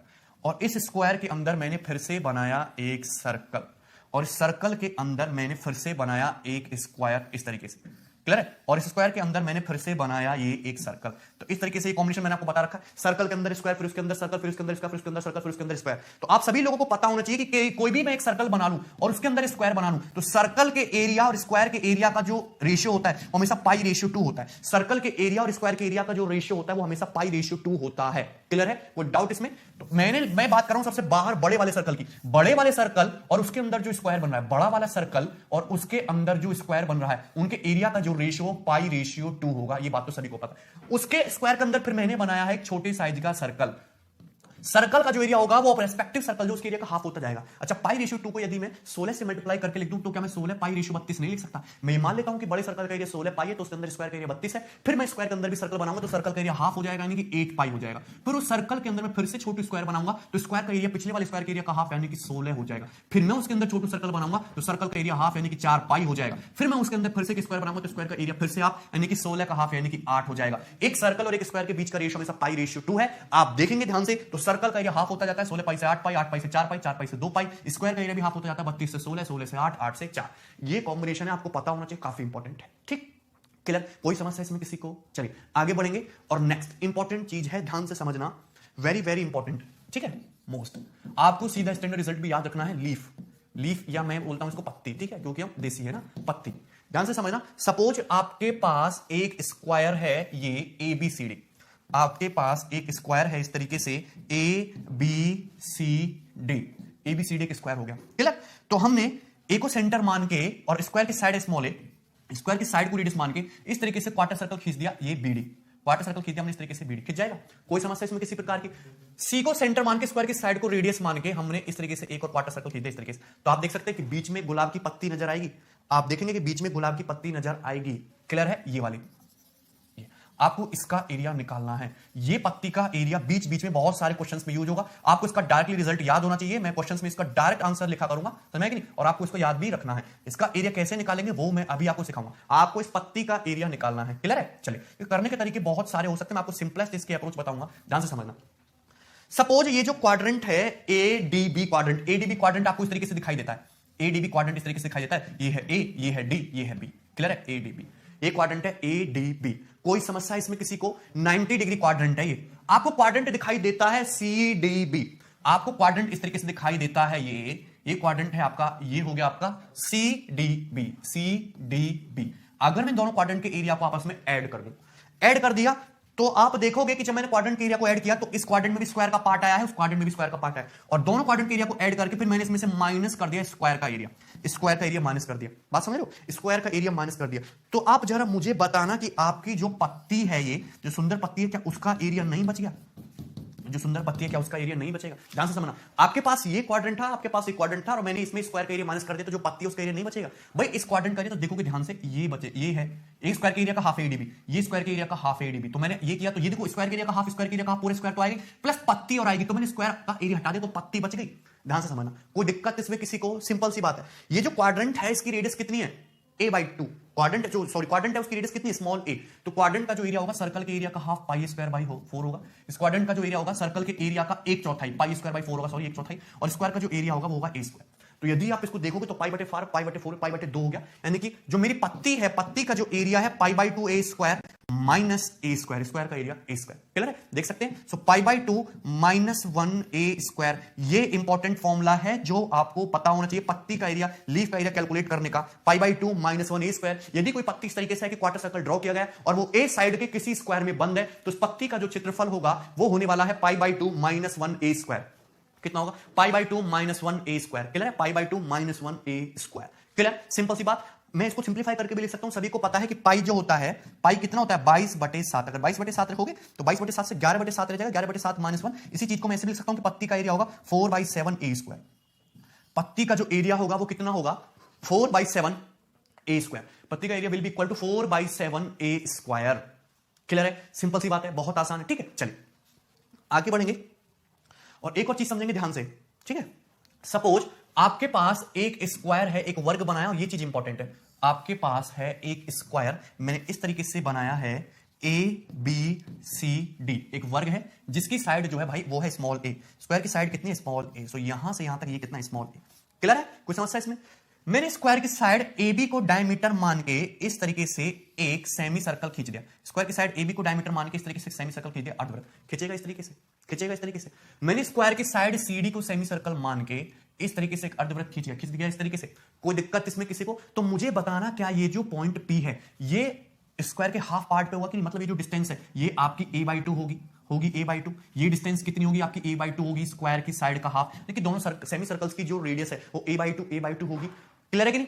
और मैं यदि साइड AD पे भी सेमी सर्कल खींचूं तो साइड AD पे सेमी सर्कल कुछ इस तरीके से जाएगा, जो इसी पॉइंट से पास होकर जाएगा, इसी पॉइंट से पास होकर जाएगा। समझना मेरी बात को। अगर मैं साइड BC पे भी सेमी सर्कल खींचूं, BC को डायमीटर मान के, तो इसी पॉइंट से पास होकर जाएगा, क्योंकि जितने भी सेमी सर्कल है सबकी रेडियस तो बराबर ही है ना, a/2 सबकी रेडियस तो बराबर है ना, a/2। तो क्या मुझे बताना कि यदि मैं स्क्वायर की साइड पे इस तरीके से सेमी सर्कल ड्रॉ करता हूं, तो ये जब जो सेमी सर्कल्स हैं ये स्क्वायर के डायगोनल ABCD पे इंटरसेक्ट करते हैं कि नहीं? ये जो सेमी सर्कल है स्क्वायर के डायगोनल ABCD पे इंटरसेक्ट करते हैं कि नहीं? जैसे फॉर एग्जांपल अगर मैं आपके सामने एक स्क्वायर बना दूं, एक वर्ग बना दूं, और मैं स्क्वायर की साइड ये सेमी सर्कल खींच दूं और ये सेमी सर्कल खींच दूं यहां पे, तो आपको इस तरह की फिगर एक दिखाई देती होगी, आपने इसको पेपर में देखा भी होगा। तो अगर आपसे यहां पे शेडेड एरिया का कोई सवाल पूछा जाता है, शेडेड एरिया का कोई सवाल पूछा जाता है, ठीक है ना, तो सपोज जैसे आपसे क्वेश्चन में यही पूछ लिया कि ये एरिया बताओ, ये एरिया बताओ, तो इसमें बच्चे तमाम तरीके की चीजें करने लगते हैं इसको सॉल्व करने के लिए, ठीक है। इसको सॉल्व करने के लिए तमाम तरीके की चीजें करने लगते हैं। मैं आपको दो तरीके बताना चाहता हूं, दो मेथड्स। अगर आप ध्यान से देखो, स्क्वायर एक सिमेट्रिक फिगर है और सिमेट्रिक लीफ इक्वल होती है। पहली बात तो कि ये जो पॉइंट होगा ये डायगोनल का इंटरसेक्शन पॉइंट होगा, मतलब मैं इसको यहां से मिलाऊंगा तो ये तुम्हारा a/2 जाएगा, और मैं इसको यहां से मिलाऊंगा ये तुम्हारा a/2 जाएगा। मतलब ये जो दोनों सेमी सर्कल एकदम डायगोनल के मिड पॉइंट पे काटेंगे, क्योंकि सेमी सर्कल की रेडियस a/2 है। तो इस तरीके से जो लीफ है ये भी तुम्हारी कवर हो जाएगी एक स्क्वायर के अंदर। ये जो है डायगोनल का इंटरसेक्शन पॉइंट है, सभी को पता है। तो यदि मैं इस तरीके से मिला दूं, डी से बी को मिला दूं, कोई समस्या इसमें किसी को? ध्यान से समझना। तो ये जो तुम्हारा एक पत्ती है, ये पत्ती दिखिए, तो ये पत्ती का हाफ एरिया, ये जो पत्ती का हाफ एरिया है, क्लियर है कि नहीं? ये जो पत्ती का हाफ एरिया, क्या ये वाली पत्ती नहीं है? सेम पत्ती है, क्लियर है? और ये जो पत्ती का ये जो हाफ एरिया है, क्या ये वाली पत्ती नहीं है? सेम पत्ती है, क्लियर है कि नहीं? कोई डाउट इसमें किसी को? तो अगर मुझे ये वाला रीजन निकालना हो भाई, तो मेरे पास एक सिंपल सा तरीका ये भी है कि मैं स्क्वायर के हाफ एरिया में से, स्क्वायर के half area A square by 2 में से मैं माइनस कर सकता हूं छोटू पत्ती का एरिया। छोटू पत्ती का एरिया माइनस कर दूं, और जो छोटू पत्तू का एरिया क्या होता है 4/7, छोटू पत्ती का एरिया क्या होता है 4/7, और ये जो पत्ती है a/2 साइड के स्क्वायर में बंद है 4/7 इंटू a/2 का होल स्क्वायर। तो मेरा जो ब्लैक ब्लैक शेडेड एरिया है ये आ जाएगा। क्लियर है? सिंपल सी बात। तो आपको ये सारे कॉम्बिनेशन पता होने चाहिए, धीरे धीरे मैं आपको समझाता रहूंगा। मेरे जो अभी समझाने का मतलब था, जो पॉइंट था वो ये था कि यदि मैं स्क्वायर के अंदर इस तरीके से प्रत्येक साइड पे सेमी सर्कल खींचूंगा तो आपको 4 पत्तियां देखने को मिलेंगी, और उनका इंटरसेक्शन जो होगा वो स्क्वायर के डायगोनल का इंटरसेक्शन पॉइंट होगा। क्लियर है? क्वेश्चन पेपर में सिंपल से इतना आ सकता है कि इन चारों पत्तियों का टोटल एरिया आपको बताना है। इन चारों पत्तियों का, ये जो 4 पत्ती आपकी बनी है, इनका टोटल ये जो शेडेड एरिया है ये कितना है? क्लियर है? ये जो शेडेड एरिया है ये कितना है? तो अब आप इस चीज को बहुत ही आसानी से निकाल सकते हो, कुछ भी करने की जरूरत नहीं पड़ेगी, वर्बली सॉल्व हो जाएंगे सारे क्वेश्चंस। ठीक है? ठीक, ध्यान से समझना। आपको यहां पे निकालना है इन चारों पत्तियों का टोटल शेडेड एरिया, और मुझे पता है कि ये जो इनका इंटरसेक्शन है डायगोनल पॉइंट है, डायगोनल का इंटरसेक्शन है। अगर मैं यहां से इस तरीके से मिला दूं, मैंने एक स्ट्रेट लाइन खींच दी, मैंने एक स्ट्रेट लाइन इस तरीके से खींची, तो मुझको प्रत्येक पत्ती एक स्क्वायर में बंद दिखाई देती है, और इस स्क्वायर की साइड है a/2। मुझको प्रत्येक पत्ती एक स्क्वायर में बंद दिखाई देती है, और इस स्क्वायर की साइड है आपकी a/2। स्क्वायर की साइड कितनी है आपकी a/2। प्रत्येक पत्ती a/2 साइड के एक स्क्वायर में बंद है। 5 सेकंड से भी कम सेकंड का समय लगेगा आपको, यदि कॉम्बिनेशन पता है। आपको पत्तियों का एरिया निकालना है। भाई मैंने अभी आपको बताया कि पत्ती का एरिया कितना होता है, π/2 - 1 a/2 का होल स्क्वायर, π/2 - 1 π/2 - 1 a स्क्वायर। यदि कोई पत्ती a साइड के स्क्वायर में बंद है तो π/2 - 1 a स्क्वायर होता है। प्रत्येक पत्ती a/2 साइड के स्क्वायर में बंद है तो प्रत्येक लीफ का एरिया π/2 - 1 a/2 का होल स्क्वायर यानी कि स्क्वायर बटे 4। ये एक सिंगल लीफ, एक सिंगल पत्ती का एरिया आएगा। हमारे पास टोटल 4 है, सो मल्टीप्लाई बाय 4। क्या आ गया आंसर? π/2 - 1 a square. कितना समय लगा? 10 सेकंड से भी कम, 5 सेकंड भी नहीं। क्लियर है? तो आप इस तरीके से इन शेडेड एरिया को आसानी से निकाल सकते हो। क्लियर? कोई समस्या इसमें किसी को? ठीक, चलिए आगे। स्क्वायर पे इस तरीके से आपके बहुत सारे कॉम्बिनेशन बनते हैं। मैं आपको जब नेक्स्ट क्लास में धीरे धीरे आपको बताता रहूंगा शेडेड एरिया वाले सवाल को कैसे अप्रोच करना। ठीक, स्क्वायर की जितनी भी थ्योरी मैं आपको ऑलरेडी कर चुका हूं डिस्कस। अब हम इस पर बेसिक क्वेश्चंस करेंगे, देखेंगे ध्यान से। PQRS is a square whose side is 20 centimeter. By joining opposite vertices of PQRS, we get 4 triangles. What is the sum of perimeter of 4 triangles? ठीक है, कोई डाउट इसमें? तो ये जो सवाल है ये 2017 मेंस के पेपर का है, और बहुत ही आसान सवाल है। हर सवाल डिफिकल्ट नहीं आना भाई पेपर में, हर सवाल डिफिकल्ट नहीं आना, पर आसान सवाल तो उसको तो जनता बनाएगी। सिलेक्शन कब होगा? जब तुम आसान को तो बनाओ ही बनाओ, उसके साथ साथ जो डिफिकल्ट जो सवाल होते हैं उनको आप बनाओ, जिनको दूसरे बच्चे ना बना पाए, तभी तो सिलेक्शन होगा। क्लियर है? चलिए, PQRS एक स्क्वायर है जिसकी साइड 20 सेंटीमीटर है, तो ये हो गया आपका एक स्क्वायर। मैं बनाता हूं PQRS। देखिए कितना आसान सवाल पूछा था, PQRS। ठीक, अब इसमें प्रत्येक साइड आपकी 20 सेंटीमीटर है, तो ये साइड 20 होगा, ये साइड 20 होगा, ये साइड 20 होगा, ये साइड 20 होगा। ठीक है भाई। By joining opposite vertices of PQRS we get 4 triangles. What is the sum of the perimeter of 4 triangle? हमने अपोजिट वर्टिसेस को मिलाया, यानी कि P से R, यानी कि कुल मिला के कहने का मतलब हमको ट्रायंगल के, इसके स्क्वायर के डायगोनल को मिला दिया। तो इस तरीके से हमको 4 ट्रायंगल मिल गए, 1 2 3 4। हमसे पूछा है इनके पेरीमीटर का सम क्या है। बहुत आसान, मैं एक कोई भी ट्रायंगल पकड़ लेता हूं। सपोज मैंने छोटू ट्रायंगल ये पकड़ लिया आपका नीचे वाला ट्रायंगल POQ, ट्रायंगल POQ मैंने ये पकड़ लिया आपका। ये साइड तो मुझे पता ही है 20। अगर स्क्वायर की साइड 20 है तो डायगोनल कितना है बताओ जरा? डायगोनल तो 20√2 है। अगर डायगोनल 20√2 है, और डायगोनल क्या होते हैं? स्क्वायर के बाइसेक्ट करते हैं। सो P से O तक 10√2, O से Q तक 10√2। तो ये कितना जाएगा आपका 10√2, ये भी कितना जाएगा आपका 10√2। क्लियर है? कोई समस्या? यदि मैं इसके पेरीमीटर की बात करूं तो पेरीमीटर कितना हो जाएगा इस ट्रायंगल का? 20 + 20√2, 20 + 20√2। क्लियर है भाई? और इसको मल्टीप्लाई कर दीजिए आप 4 से, क्योंकि टोटल 4 ट्रायंगल है, तो टोटल पेरीमीटर कितना आएगा? 80 + 80√2, 80 + 80√2। या करेक्ट आंसर होगा बी ऑप्शन। क्लियर है? बताइए इसमें किसी तरह की कोई समस्या थी? वर्बली होने वाला सवाल था। ठीक, सवाल number 8। ABCD is square and equilateral triangle is made on diagonal AC of this square. If height of equilateral triangle is 9 cm, then find area of square ABCD. बहुत आसान सवाल। आपके पास है एक स्क्वायर ABCD, यही है स्क्वायर ABCD। ठीक है, उसके डायगोनल AC पर क्या बनाया गया है? एक इक्विलेटरल ट्रायंगल बनाया गया है। तो ये हो गया आपका ABCD, एक स्क्वायर है। ठीक है, an equilateral triangle is made on diagonal AC of this square. अब हमने इसके डायगोनल AC पे, ये हमने डायगोनल मिलाया AC, तो डायगोनल AC पे बनाया हमने एक इक्विलेटरल ट्रायंगल। तो इक्विलेटरल ट्रायंगल जब मैं बनाऊंगा डायगोनल AC पे तो कुछ इस तरीके से बन जाएगा। तो ये बन गया तुम्हारा ACE इक्विलेटरल ट्रायंगल। और इस इक्विलेटरल ट्रायंगल की जो प्रत्येक साइड रहेगी वो स्क्वायर के डायगोनल के बराबर रहेगी, स्क्वायर के डायगोनल के बराबर रहेगी। ये बात सभी को समझ में आती है, क्लियर है भाई? स्क्वायर के डायगोनल के बराबर रहेगी। और इस इक्विलेटरल ट्रायंगल की जो हाइट है, मतलब यहां से जब तुम परपेंडिकुलर डालोगे कहीं भी जाए, इसकी जो हाइट है वो क्वेश्चन में कितनी बोली है? 9 सेंटीमीटर। अच्छा, यदि मैं स्क्वायर की साइड को स्मॉल मान लेता हूं तो स्क्वायर का डायगोनल कितना होगा? √2 है। यानी कि इस इक्विलेटरल ट्रायंगल की साइड कितनी है? √2 है। इस इक्विलेटरल ट्रायंगल की साइड √2 है, तो हाइट कितनी होगी इसका? √3/2।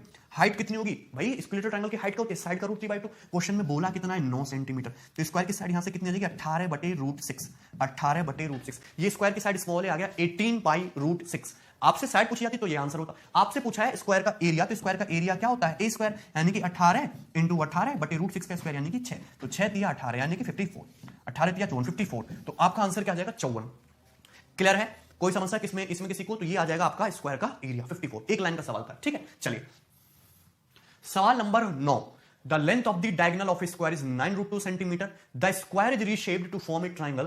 What is the area of largest in circle that can be formed in that triangle? बहुत आसान सवाल।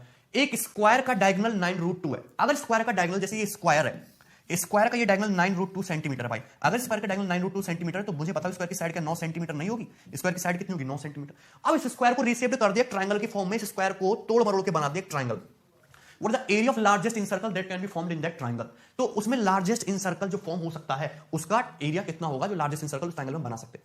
अगर मुझे स्क्वायर को तोड़ मरोड़ के ट्रायंगल बनाना ही है और उसमें लार्जेस्ट साइज का इन सर्कल डालना है, तो मैं जो ट्रायंगल बनाना है मुझे वो बनाऊंगा मैं इक्विलेटरल ट्रायंगल, क्योंकि इक्विलेटरल ट्रायंगल के अंदर ही हम लार्जेस्ट साइड का इन सर्कल प्लेस कर सकते हैं। तो इक्विलेटरल ट्रायंगल बनाना होगा, स्क्वायर का पेरीमीटर है 36, 9 9 9 9 36। तो मैं जो इक्विलेटरल ट्रायंगल बनाऊंगा उसकी प्रत्येक साइड कितनी होनी चाहिए? 12 12 12। ये बनेगा। कितनी साइड होनी चाहिए? प्रत्येक साइड 12। स्क्वायर की प्रत्येक साइड 12 होनी चाहिए। अब इसके अंदर जो मैं बनाऊंगा आपका इन सर्कल, ये मैक्सिमम साइज का होगा। कितने का होगा? ये मैक्सिमम साइज का होगा।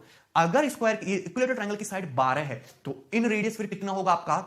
इन रेडियस कितना हो जाएगा आपका? 12/2√3, 6/√3। भाई इन रेडियस का देखो, पहले मैं बताता हूं फॉर्मूला से। ए बराबर कितना हो जाएगा? 12/2√3 यानी कि 6/√3। और 6/√3 का मतलब 2√3, 2√3। क्लियर है? यही बात 2√3, ठीक है। ये बात समझ में आती है सबको? मैंने आपको ये डायरेक्ट रिजल्ट बता रखा है कि यदि किसी स्क्वायर की साइड 2 हो तो उसकी जो रेडियस है वो होती है 1/√3। यहाँ पे साइड 12 है तो 6 गुना है, तो रेडियस कितनी हो जाएगी? 6/√3। यदि रेडियस 6/√3 है तो इन सर्कल का एरिया πr² यानी कि पाई इंटू 36/3 यानी कि 12 पाई। तो इन सर्कल का मैक्सिमम एरिया जाएगा आपका 12 पाई, जो कि सी ऑप्शन होगा। क्लियर? सिंपल सी बात, बहुत आसान। सवाल नंबर 10। ओके, ये अच्छा क्वेश्चन है, ध्यान से समझना, इजी है। PQR is a square, M is the midpoint of PQ and N is a point on QR such that NR is 2/3 of QR। देखिए ध्यान से, आपके पास है एक स्क्वायर, ये बना दिया मैंने PQRS। So PQR is a square। Clear है भाई? इसके बाद बताना, M is the midpoint of PQ, side PQ का मिड पॉइंट है M। M is the midpoint of PQ and N is a point on QR। तो QR पे एक पॉइंट N इस तरीके से है कि NR is 2/3 of QR। NR 2/3 of QR, यानी कि एनआर जो है क्यूआर का 2/3 है, यानी कि अगर क्यूआर तुम्हारा टोटल 3 है, अगर क्यूआर टोटल 3 है तो एनआर कितना हो रहा है आपका? 2 हो रहा है। क्लियर है भाई? कोई समस्या इसमें किसी को? अच्छा, एरिया ऑफ ट्रायंगल एमक्यूएन इज 48। ये जो ट्रायंगल एमक्यूएन है इसका एरिया 48 है, ये इसका मिड पॉइंट है, ये इसका मिड पॉइंट है। Then what is the length of PR? PR की लेंथ क्या है? यानी कि आपसे पूछा है स्क्वायर का डायगोनल, ये जो पीआर है ये कितना? डायगोनल तो तभी निकलेगा ना जब स्क्वायर की साइड पता हो। अच्छा, यहां पे आर क्यू तुम्हारा कितना बनना है? 2 + 1 3 यूनिट। एम मिड पॉइंट है तो ये कितना बनेगा? 1:1 यानी कि 2 यूनिट। तो हम क्या करते हैं, इसको पहले 6 बना लेते हैं। मैंने ये मान लिया 6 से यहां पे 3 से मल्टीप्लाई कर दो। अगर ये तुम्हारा 4 यूनिट है, ये तुम्हारा 2 यूनिट है, ये तुम्हारा 3 यूनिट है, ये तुम्हारा 3 यूनिट है। ये बैलेंस करना आना चाहिए जल्दी जल्दी। स्क्वायर के प्रत्येक साइड को मैंने 6 बना लिया भाई। ये एम मिड पॉइंट है। एम क्या है? Mid point. मिड पॉइंट को ध्यान से देखोगे 3 + 3 6 हो गया।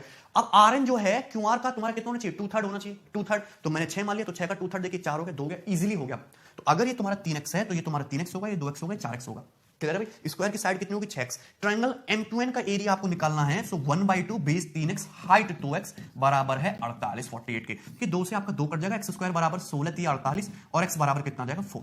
x बराबर 4 आ गया। अगर x बराबर 4 आ गया, अगर x बराबर 4 आ गया तो स्क्वायर की साइड 6 × 24 सेंटीमीटर आ गई, और स्क्वायर की साइड 24 है तो स्क्वायर का डायगोनल कितना आ गया? 24√2। स्क्वायर का डायगोनल आ गया 24√2, यानी कि डी ऑप्शन आपका करेक्ट आंसर होगा। डायगोनल पीआर की वैल्यू कितनी होगी? 24√2। बहुत ही आसान सवाल था, और इस टाइप के सवाल आपको छोटे छोटे प्री लेवल के क्वेश्चन है जो आपको प्रैक्टिस करने। ठीक है, आगे बढ़ेंगे। नेक्स्ट सवाल, सवाल नंबर 24। ठीक, देखिए सवाल नंबर 11, ध्यान से समझना, बहुत बढ़िया सवाल है। इस क्वेश्चन को करने से पहले मैं आपको एक दूसरा क्वेश्चन बताना चाहूंगा जो इस बार मेंस 2017 के पेपर में आया था, और उस क्वेश्चन में खास बात क्या आती है और जो उसके पीछे बेसिक है वो भी हम समझेंगे इस बारे में। ध्यान समझ, सपोज आपके पास एक स्क्वायर है इस तरीके से ABCD। आपके पास एक स्क्वायर है ABCD, क्लियर? और इस स्क्वायर ABCD की जो साइड है भाई वो है 6 सेंटीमीटर। साइड बीसी पे कहीं कोई पॉइंट पी है, ये वेरिएबल पॉइंट है, कहीं कोई पॉइंट पी है, तो आपको ए से पी तक जाने में और पी से डी तक जाने में मिनिमम डिस्टेंस कितनी कवर करनी पड़ेगी, यानी कि एपी प्लस पीडी का मिनिमम वैल्यू क्या होगा, इसके मिनिमम मान आपको निकालना है। एपी प्लस पीडी का जो मिनिमम वैल्यू है ये आपको निकालनी है। क्लियर है? आपको याद आ रहा होगा सवाल कैसे है, आपको ए से पी प्लस पीडी की मिनिमम वैल्यू निकालनी है। तो आपने कैसे किया होगा कि पी को मिड पॉइंट मान लेंगे और बी और सी पे रखने की कोशिश करेंगे, मिड पॉइंट पे सेटिस्फाई कर रहा है तो आपका आंसर हो जाएगा। पी को मिड पॉइंट मान के आपने कर दिया था सवाल। लेकिन चीजें इसके अलावा कुछ और भी हो सकती हैं, चीजें चेंज भी हो सकती है, मैं आपको दिखाऊंगा। इस क्वेश्चन का जो बेसिक है वो समझना, आपको बहुत अच्छे लेवल का सवाल एसएससी ने पूछा था। 6.5 सेंटीमीटर तो मिनिमम वैल्यू बतानी है एपी प्लस पीडी की। क्लियर? अच्छा मुझे बताइए कि सपोज आपके पास स्पेस में कहीं कोई पॉइंट है इस तरीके से, तो इनके बीच के यदि आपको मिनिमम डिस्टेंस निकालनी हो तो सीधा सीधा उनको डायरेक्टली मिला दीजिए, ये मिनिमम डिस्टेंस होगी। बाकी आप कैसे भी जाइए, जा तो बहुत तरीके से सकते हैं, लेकिन मिनिमम डिस्टेंस जो होगी कांटा डिस्टेंस होगी जो आप डायरेक्टली दोनों पॉइंट्स को मिलाए हुए। लेकिन इस बार आपको जाना है, ध्यान से सुनना, आपको दो पॉइंट से, इस पॉइंट से और इस पॉइंट से जाना है, इस पॉइंट से होते हुए। क्लियर है कि नहीं? इस तरीके से तो मिनिमम डिस्टेंस तो आपकी यही होनी है, यही डिस्टेंस मिनिमम होनी है ना दोनों पॉइंट के बीच की। आप ध्यान से सुनना, ध्यान से सुनना आप लोग। स्क्वायर एबीसीडी की साइड 6 सेंटीमीटर, साइड बीसी पर कहीं कोई वेरिएबल पॉइंट पी है, आपको जाना है ए से पी और फिर जाना है वापस पी से डी पे। क्लियर है कि नहीं? पी से डी पे मतलब ए पॉइंट की लोकेशन यही है, डी पॉइंट की लोकेशन यही है। आपको सभी को पता है कि दो पॉइंट्स के बीच में मिनिमम डिस्टेंस कब होगी, जब आप डायरेक्टली ए से डी पर जाएं। क्लियर है कि नहीं? तो मुझे जाना है डी पॉइंट पर। यदि मैं डी पॉइंट का यहां पे मिरर इमेज बना दूं, अगर मैं डी पॉइंट की मिरर इमेज या रिफ्लेक्शन इधर बना दूं, मतलब डी, ध्यान से सुनना, डी पॉइंट की मिरर इमेज देखिए मैंने यहां पे इस तरीके से ये बना दिया मैंने डी को, ये बना दिया मैंने डी को। क्लियर है कि नहीं? ये पॉइंट डी है, मैंने इसका रिफ्लेक्शन इधर बना दिया। अल्टीमेटली मुझे जाना ए से डी था, तो ऐसे ऐसे जा रहा था। मिनिमम डिस्टेंस मैंने डी को इधर बना दिया। मिनिमम डिस्टेंस कब होगी, जब आप डायरेक्टली ए से डी तक इस तरीके से जाओगे, इस तरीके से। क्लियर है? सिंपल सी बात। अगर मैं इस सबको यहां से हटा दूं तो मैं कह सकता हूं कि ये जो मिनिमम डिस्टेंस आपको दिखाई दे रही है, मिनिमम डिस्टेंस है जो ए से डी तक की आप जा रहे हो। ए से डी तक की ये जो डिस्टेंस है ये मिनिमम होगी डायरेक्टली ए से डी तक। मतलब इस पॉइंट को जो इस तरफ चीज थी, इस तरफ ये जो चीज थी आपकी, क्लियर है, ये जो चीज थी आपकी, देख सकते हैं ना, ये जो चीज थी, इसका मैंने इधर मिरर इमेज बना दिया आपको। और ये मिनिमम कब होगा, जब ये डायरेक्टली इस तरीके से जाए ए से डी की तरफ। क्लियर? बताइए किसी को कोई समस्या इसमें? अगर आप ध्यान से देखेंगे तो आपको यहां पे दोनों ट्रायंगल दिखाई देते हैं, दोनों ट्रायंगल सिमिलर हैं। सिमिलर कैसे हैं? ये एंगल 90, ये एंगल 90, ये वाला एंगल करस्पॉन्डिंग एंगल, ये वाला एंगल तो इक्वल होगा ही। ए भी 6 सेंटीमीटर है, क्योंकि मैंने मिरर इमेज बनाया है, तो ये भी 6 सेंटीमीटर होगा, यानी कि दोनों ट्रायंगल कॉन्ग्रुएंट हो गए, सर्वांग सम हो गए। अगर दोनों ट्रायंगल कॉन्ग्रुएंट या फिर सर्वांग सम हो गए तो मैं ये कह सकता हूं कि अगर ये 6 सेंटीमीटर सर्वांग सम है तो आपका सीपी से पी भी करस्पॉन्डिंग साइड का रेशियो ये भी इक्वल होना चाहिए, यानी कि पी क्या होना चाहिए, साइड बीसी का मिड पॉइंट या फिर मध्य बिंदु होना चाहिए। तो इस वजह से आपका ये जो पॉइंट पी है ये मिड पॉइंट होता है। तो मिनिमम डिस्टेंस कवर करने के लिए एपी से पीडी की आपको पी को क्या लेना पड़ रहा था, मिड पॉइंट लेना पड़ रहा था। क्लियर है? आपसे पूछा एपी प्लस पीडी की मिनिमम वैल्यू जो कि ईडी के बराबर है। अगर मैं इस तरीके से राइट एंगल ट्रायंगल कंप्लीट कर लेता हूं तो ये डिस्टेंस कितनी है, 6। ये डिस्टेंस कितनी है, 6 प्लस 6 12, 6 प्लस 6 12। कोई दिक्कत इसमें किसी को? ये डिस्टेंस है 6, ये डिस्टेंस है 12। देखिए 6 और 12 में से 6 हटा लीजिए, क्या बचेगा, 1 और 2। 1 और 2 का ट्रिपलेट क्या होता है, √5। अब 6 हटाया था, 6 चुपका दीजिए, कितना आ जाएगा, 6√5। सो एपी प्लस पीडी की जो मिनिमम वैल्यू आएगी वो कितनी आएगी, 6√5। बताइए इसमें किसी भी स्टूडेंट को कोई डाउट हो तो? क्लियर है? हमने इस स्क्वायर की जस्ट मिरर इमेज इधर बनाने की कोशिश की, आपको ए से पी से डी जाना था, तो हमने इस तरीके से स्ट्रेट लाइन इसको ले जाना पड़ेगा। क्लियर? कोई समस्या इसमें? अब हम अपने सवाल पे वापस आते हैं जो थोड़ा सा चेंज है, ध्यान समझना। In square P Q R S T is mid point of P Q. तो मैं बनाता हूं आपके सामने एक छोटा सा स्क्वायर। ये बनाया हमने एक square P Q R S, ध्यान से समझना इसमें। T is the mid point of PQ, side PQ का मिड पॉइंट है T, PT जो है TQ के बराबर है। And U is any variable point on QR, QR पर कहीं कोई वेरिएबल पॉइंट है U। What is the minimum possible value of SU plus UT? आपसे पूछा है कि SU प्लस UT की जो मिनिमम वैल्यू है वो कितना होगा। SU प्लस UT की जो मिनिमम वैल्यू है वो कितना होगा, और भाई मुझे बताना कि मिनिमम वैल्यू के लिए, ठीक है, मिनिमम वैल्यू के लिए क्या होना पड़ेगा, SU प्लस UT को मिनिमम डिस्टेंस कवर करना पड़ेगा। अब ध्यान से समझना, इसको मिनिमम डिस्टेंस कवर करना पड़ेगा। अगर मैं इसकी मिरर इमेज बना दूं इस तरीके से, मैंने PQ की मिरर इमेज यहां पे बना दी, कोई समस्या इसमें किसी को? और यहां पे ये जो PQ है इस तरीके से मैंने बना दिया कि आपका P डैश रिफ्लेक्शन है, T है, T इसका मिड पॉइंट है T डैश। तो यदि मैं इसको यहां पे इस तरीके से आगे बढ़ाऊं तो ये इस तरीके से जाएगा इस तरीके से। क्लियर है कि नहीं? तो ये अगर तुम्हारा रिफ्लेक्शन है ये T और T डैश, तो ये डिस्टेंस जो होनी चाहिए आपकी स्ट्रेट लाइन होनी चाहिए, मिनिमम डिस्टेंस जाएगी ये। अगर यहां पे स्क्वायर की साइड आपको 2 सेंटीमीटर बोल रखी है तो स्क्वायर की साइड ये कितनी होगी, 2, स्क्वायर की साइड ये कितनी होगी, 2, और QT कितना हो जाएगा आपका, ये 1। QT कितना हो जाएगा आपका 1, क्योंकि T मिड पॉइंट है, ये भी 1, ये भी 1 और ये भी 1। इस केस में जो मिनिमम वैल्यू जाएगी SU प्लस UT की, ये √2 स्क्वायर कितनी जाएगी, √2 स्क्वायर प्लस कितना होगा, 2 + 1 3 स्क्वायर, यानी 9 + 4 √13 मिनिमम वैल्यू होगा। और ध्यान रखना कि आपका ये जो पॉइंट U है ये मिड पॉइंट नहीं है। इस बार मैंने यहां पे क्या किया है, जस्ट स्क्वायर की ये मिरर इमेज बना दी है, इसको मैंने यहां से हटाया और जस्ट इसका रिफ्लेक्शन यहां पे बनाया। ये डिस्टेंस आपको मिनिमम रखनी थी, स्ट्रेट लाइन। कोई दिक्कत है इसमें किसी को? अगर आप ध्यान से देखेंगे तो आपको दो सिमिलर ट्रायंगल दिखाई देंगे, SRU UQT, दो सिमिलर ट्रायंगल है, इसमें ये साइड 2 है और इसमें साइड 1 है, करस्पॉन्डिंग साइड का रेशियो 2:1, तो RU से U2 का रेशियो भी 2:1 होगा। मैं कह सकता हूं कि RU से U2 का रेशियो 2:1 है, ना कि U मिड पॉइंट है। अगर आपसे ये पूछा होता ना कि क्वेश्चन में कि यदि मिनिमम है डिस्टेंस SU से U2 की, तो RU की वैल्यू बताओ, तो 2 सेंटीमीटर को 2:1 अनुपात में ब्रेक कर देते, सो RU आ जाता तुम्हारा 4/3 सेंटीमीटर और UQ आ जाता आपका 2/3 centimetre. 2/3 centimetre, 4/3 centimetre, mid point नहीं होता यू। क्लियर है? कोई डाउट इसमें? तो आपको मिनिमम डिस्टेंस कवर करनी थी, ऐसे यू से टी, सीधा सीधा मिरर इमेज बनाया उस तरफ और आपको ये मिनिमम डिस्टेंस आपकी दिखाई देगी। क्लियर है कि नहीं? क्योंकि ये सीधी का स्ट्रेट लाइन और उसके आपको दो सिमिलर राइट एंगल ट्रायंगल दिखाई देंगे, 2:1 का रेशियो, करस्पॉन्डिंग साइड 2:1 का रेशियो, यू मिड पॉइंट नहीं रहा, ये साइड 4/3, ये साइड 2/3, राइट एंगल आपको दिखाई देगा। पाइथागोरस थ्योरम से आप इस सवाल को आसानी से बना सकते थे। इसका राइट आंसर √13 है, मिड पॉइंट पे शायद आपका आंसर √5 + √2 होगा, जो कि गलत है। क्लियर? सिंपल सी बात, आगे बढ़ेंगे। ये बात समझ में आ रही है ना सबको? ठीक है, चलिए आप देखना ध्यान से, सब लोग ध्यान से समझना। अब मैं आपको और केसेस भी दिखाता हूं। सपोज रेक्टेंगल पे सवाल आ गया, आपका एक रेक्टेंगल पे सवाल बन गया। क्लियर है कि सपोज आपका एक रेक्टेंगल है आयत ABCD, रेक्टेंगल है ये ABCD और इस रेक्टेंगल की जो लंबाई है AB, वो कितनी है आपकी? रेक्टेंगल की लंबाई 12 सेंटीमीटर, रेक्टेंगल की लंबाई 12 सेंटीमीटर है और ये रेक्टेंगल की चौड़ाई 10 सेंटीमीटर है। क्लियर है? साइड BC पे कहीं कोई पॉइंट है P, वेरिएबल पॉइंट P, आपको D से P और ये A से P, इस तरीके से A से P, P से D, तो आपको बतानी है minimum value of AP plus PD, AP plus PD की मिनिमम वैल्यू आपको बतानी है। Find the minimum value of AP plus PD। Clear है? AP प्लस PD की मिनिमम वैल्यू आपको बतानी है, ध्यान से समझना। अब मैंने क्या बोला, इस टाइप का क्वेश्चन है, आप A से P जाओगे और आपको जाना है P से D, P से D जाना है तो सीधा सीधा इसका रिफ्लेक्शन D पॉइंट पर आपको जाना है, D पॉइंट का रिफ्लेक्शन इधर बना लीजिए, ये D पॉइंट का रिफ्लेक्शन मैंने बना लिया इस तरीके से D'। अल्टीमेटली है क्या, मैं अगर आपको पूरा रेक्टेंगल भी इस तरीके से यहां पे बना के दिखाऊं, तो A से P तक तो चलेंगे, फिर P से D जाना, मैं रिफ्लेक्शन इस तरीके से बना ले, तो आप इस तरीके से जाओगे, ये चाहिए आप इस तरीके से देखेंगे, इस तरीके से आप जाएंगे। क्लियर है? तो आपका ये जो AD' होगा, ये जो डिस्टेंस होगी, ये डिस्टेंस आपकी मिनिमम होनी चाहिए और मिनिमम कब होगा? जब आपकी स्ट्रेट लाइन हो। क्लियर है? ये मैं मिटा रहा हूं यहां से, ये डिस्टेंस मिनिमम होगी। इस केस में भी P आपका मिड पॉइंट ही बनेगा क्योंकि ये दोनों राइट एंगल ट्रायंगल है, दोनों कॉन्ग्रुएंट है, क्योंकि ये भी आपका कितना है? 12 है, तो ये 12 है, ये 12 है, करस्पॉन्डिंग साइड का रेशियो 1:1, तो CP से PB का रेशियो भी 1:1 जाएगा, यानी कि P मिड पॉइंट होगा, यानी कि CP 5 होगा, ये भी 5 होगा। क्लियर है? ये साइड AB 12 है तो ये साइड भी आपकी 12 होगी, 12 12 24, ये हाइट आपकी 10 है, तो मिनिमम वैल्यू कितनी हो जाएगी आपकी AD की? 24 और 10 का ट्रिपलेट, यानी कि 26। आंसर क्या आएगा आपके इस क्वेश्चन का? 26। क्लियर? कोई समस्या इसमें किसी प्रकार की किसी को भाई को? सो बहुत आसान चीजें थी, कोई भी इसमें बहुत ज्यादा डिफिकल्ट नहीं था। ठीक, अगर मैं इसी क्वेश्चन को थोड़ा सा चेंज कर दूं, समझते रहना, अब अच्छी चीज निकल के आएगी। सपोज आपके सामने मैंने रेक्टेंगल बना दिया इस तरीके से ABCD, हमने रेक्टेंगल बना दिया ABCD और इसकी रेक्टेंगल की चौड़ाई मैंने वही रखी है 12, लंबाई 12 सेंटीमीटर, चौड़ाई है आपकी 10 सेंटीमीटर। क्लियर? और हमने यहां पे लिया कि रेक्टेंगल की साइड, ये CD का मिड पॉइंट है E और साइड BC पे कहीं कोई वेरिएबल पॉइंट है आपका P, आपने E से P को जाना है और ये P से A को जाना है, P से A को, ये इस तरीके से। तो ये जो minimum value of AP plus PE कितना होगा? सवाल है minimum value of AP plus PE कितना होगा। क्वेश्चन बहुत आसान है, आप ध्यान से सुनना। अगर मैं CE की मिरर इमेज इधर बना दूं, इसकी ये को यहां पे मैंने इस तरीके से बना दिया कि आपका पॉइंट है E', ये आपका पॉइंट है E'। वैसे मैं पूरा यहां पे रेक्टेंगल भी बना सकता हूं कि जैसे आपका पूरा रेक्टेंगल है, ये पूरा रेक्टेंगल हो गया आपका। क्लियर है? तो मिनिमम वैल्यू तब होगी जब A से P और ये जो ये है आपका एकदम डायरेक्टली जाए P से E' यहां तक। क्लियर है कि नहीं? अगर ये E आपका मिड पॉइंट है तो ये कितना हो जाएगा आपका? 12 है, ये आपका 6 होगा, C भी कितना होगा? 6 होगा। क्लियर है? कोई डाउट इसमें? अब देखिए क्या ये आपका मिड पॉइंट रहा P। आपको दो राइट एंगल ट्रायंगल नजर आते हैं, राइट एंगल ट्रायंगल APB, इसको भूल जाइए, इसको भूल जाइए, कोई मतलब नहीं। आपको दो राइट एंगल ट्रायंगल नजर आते हैं, right angle triangle APB, right angle triangle CPE'। इसमें ये साइड 6 है, ये साइड 12 है, दोनों सिमिलर ट्रायंगल है भाई, ये एंगल इक्वल, ये 90, ये 90, तीसरा एंगल ऑटोमेटिकली इक्वल। तो यहां पे करस्पॉन्डिंग साइड का रेशियो 1:2 में, तो CP से PB का रेशियो भी 1:2 होगा, यानी कि CP 10 को 1:3 में बांटिए, 5/3, और ये तुम्हारा कितना हो जाएगा?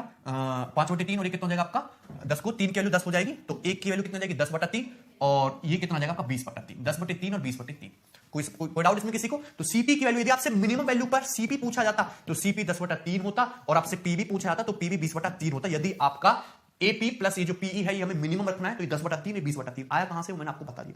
अगर आपको मिनिमम वैल्यू निकालनी है AP प्लस PE की, तो देख सकते हैं 12, यहां से आप राइट एंगल ट्रायंगल बनाएंगे, ये कितना 6, ये कितनी हाइट आपकी, ये ब्रेथ 10 हो गया, पूरा 12 प्लस 6 18 हो गया, राइट एंगल ट्रायंगल है। तो पाइथागोरस थ्योरम से ये कितना आ गया आपका? √18 का स्क्वायर प्लस 10 स्क्वायर, यानी कि 324 प्लस 100, यानी कि √424, जो कि मिनिमम डिस्टेंस होगा। क्लियर है? मिड पॉइंट पे करके देख लेना, इससे ज्यादा ही आएगा डिस्टेंस।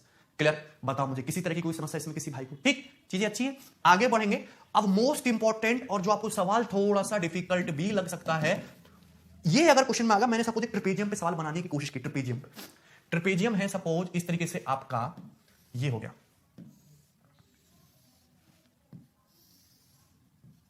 ABCD, ये हो गया ABCD एक ट्रेपेजियम।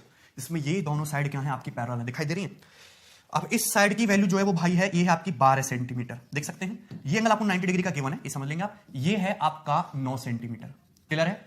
और ये जो AD है, AD यहां से यहां तक ये है आपकी 14 सेंटीमीटर, 14 सेंटीमीटर, क्लियर है। AD कितना है आपका 14 सेंटीमीटर, ठीक। मैं इसको इस तरफ बनाता हूं AD की लेंथ को।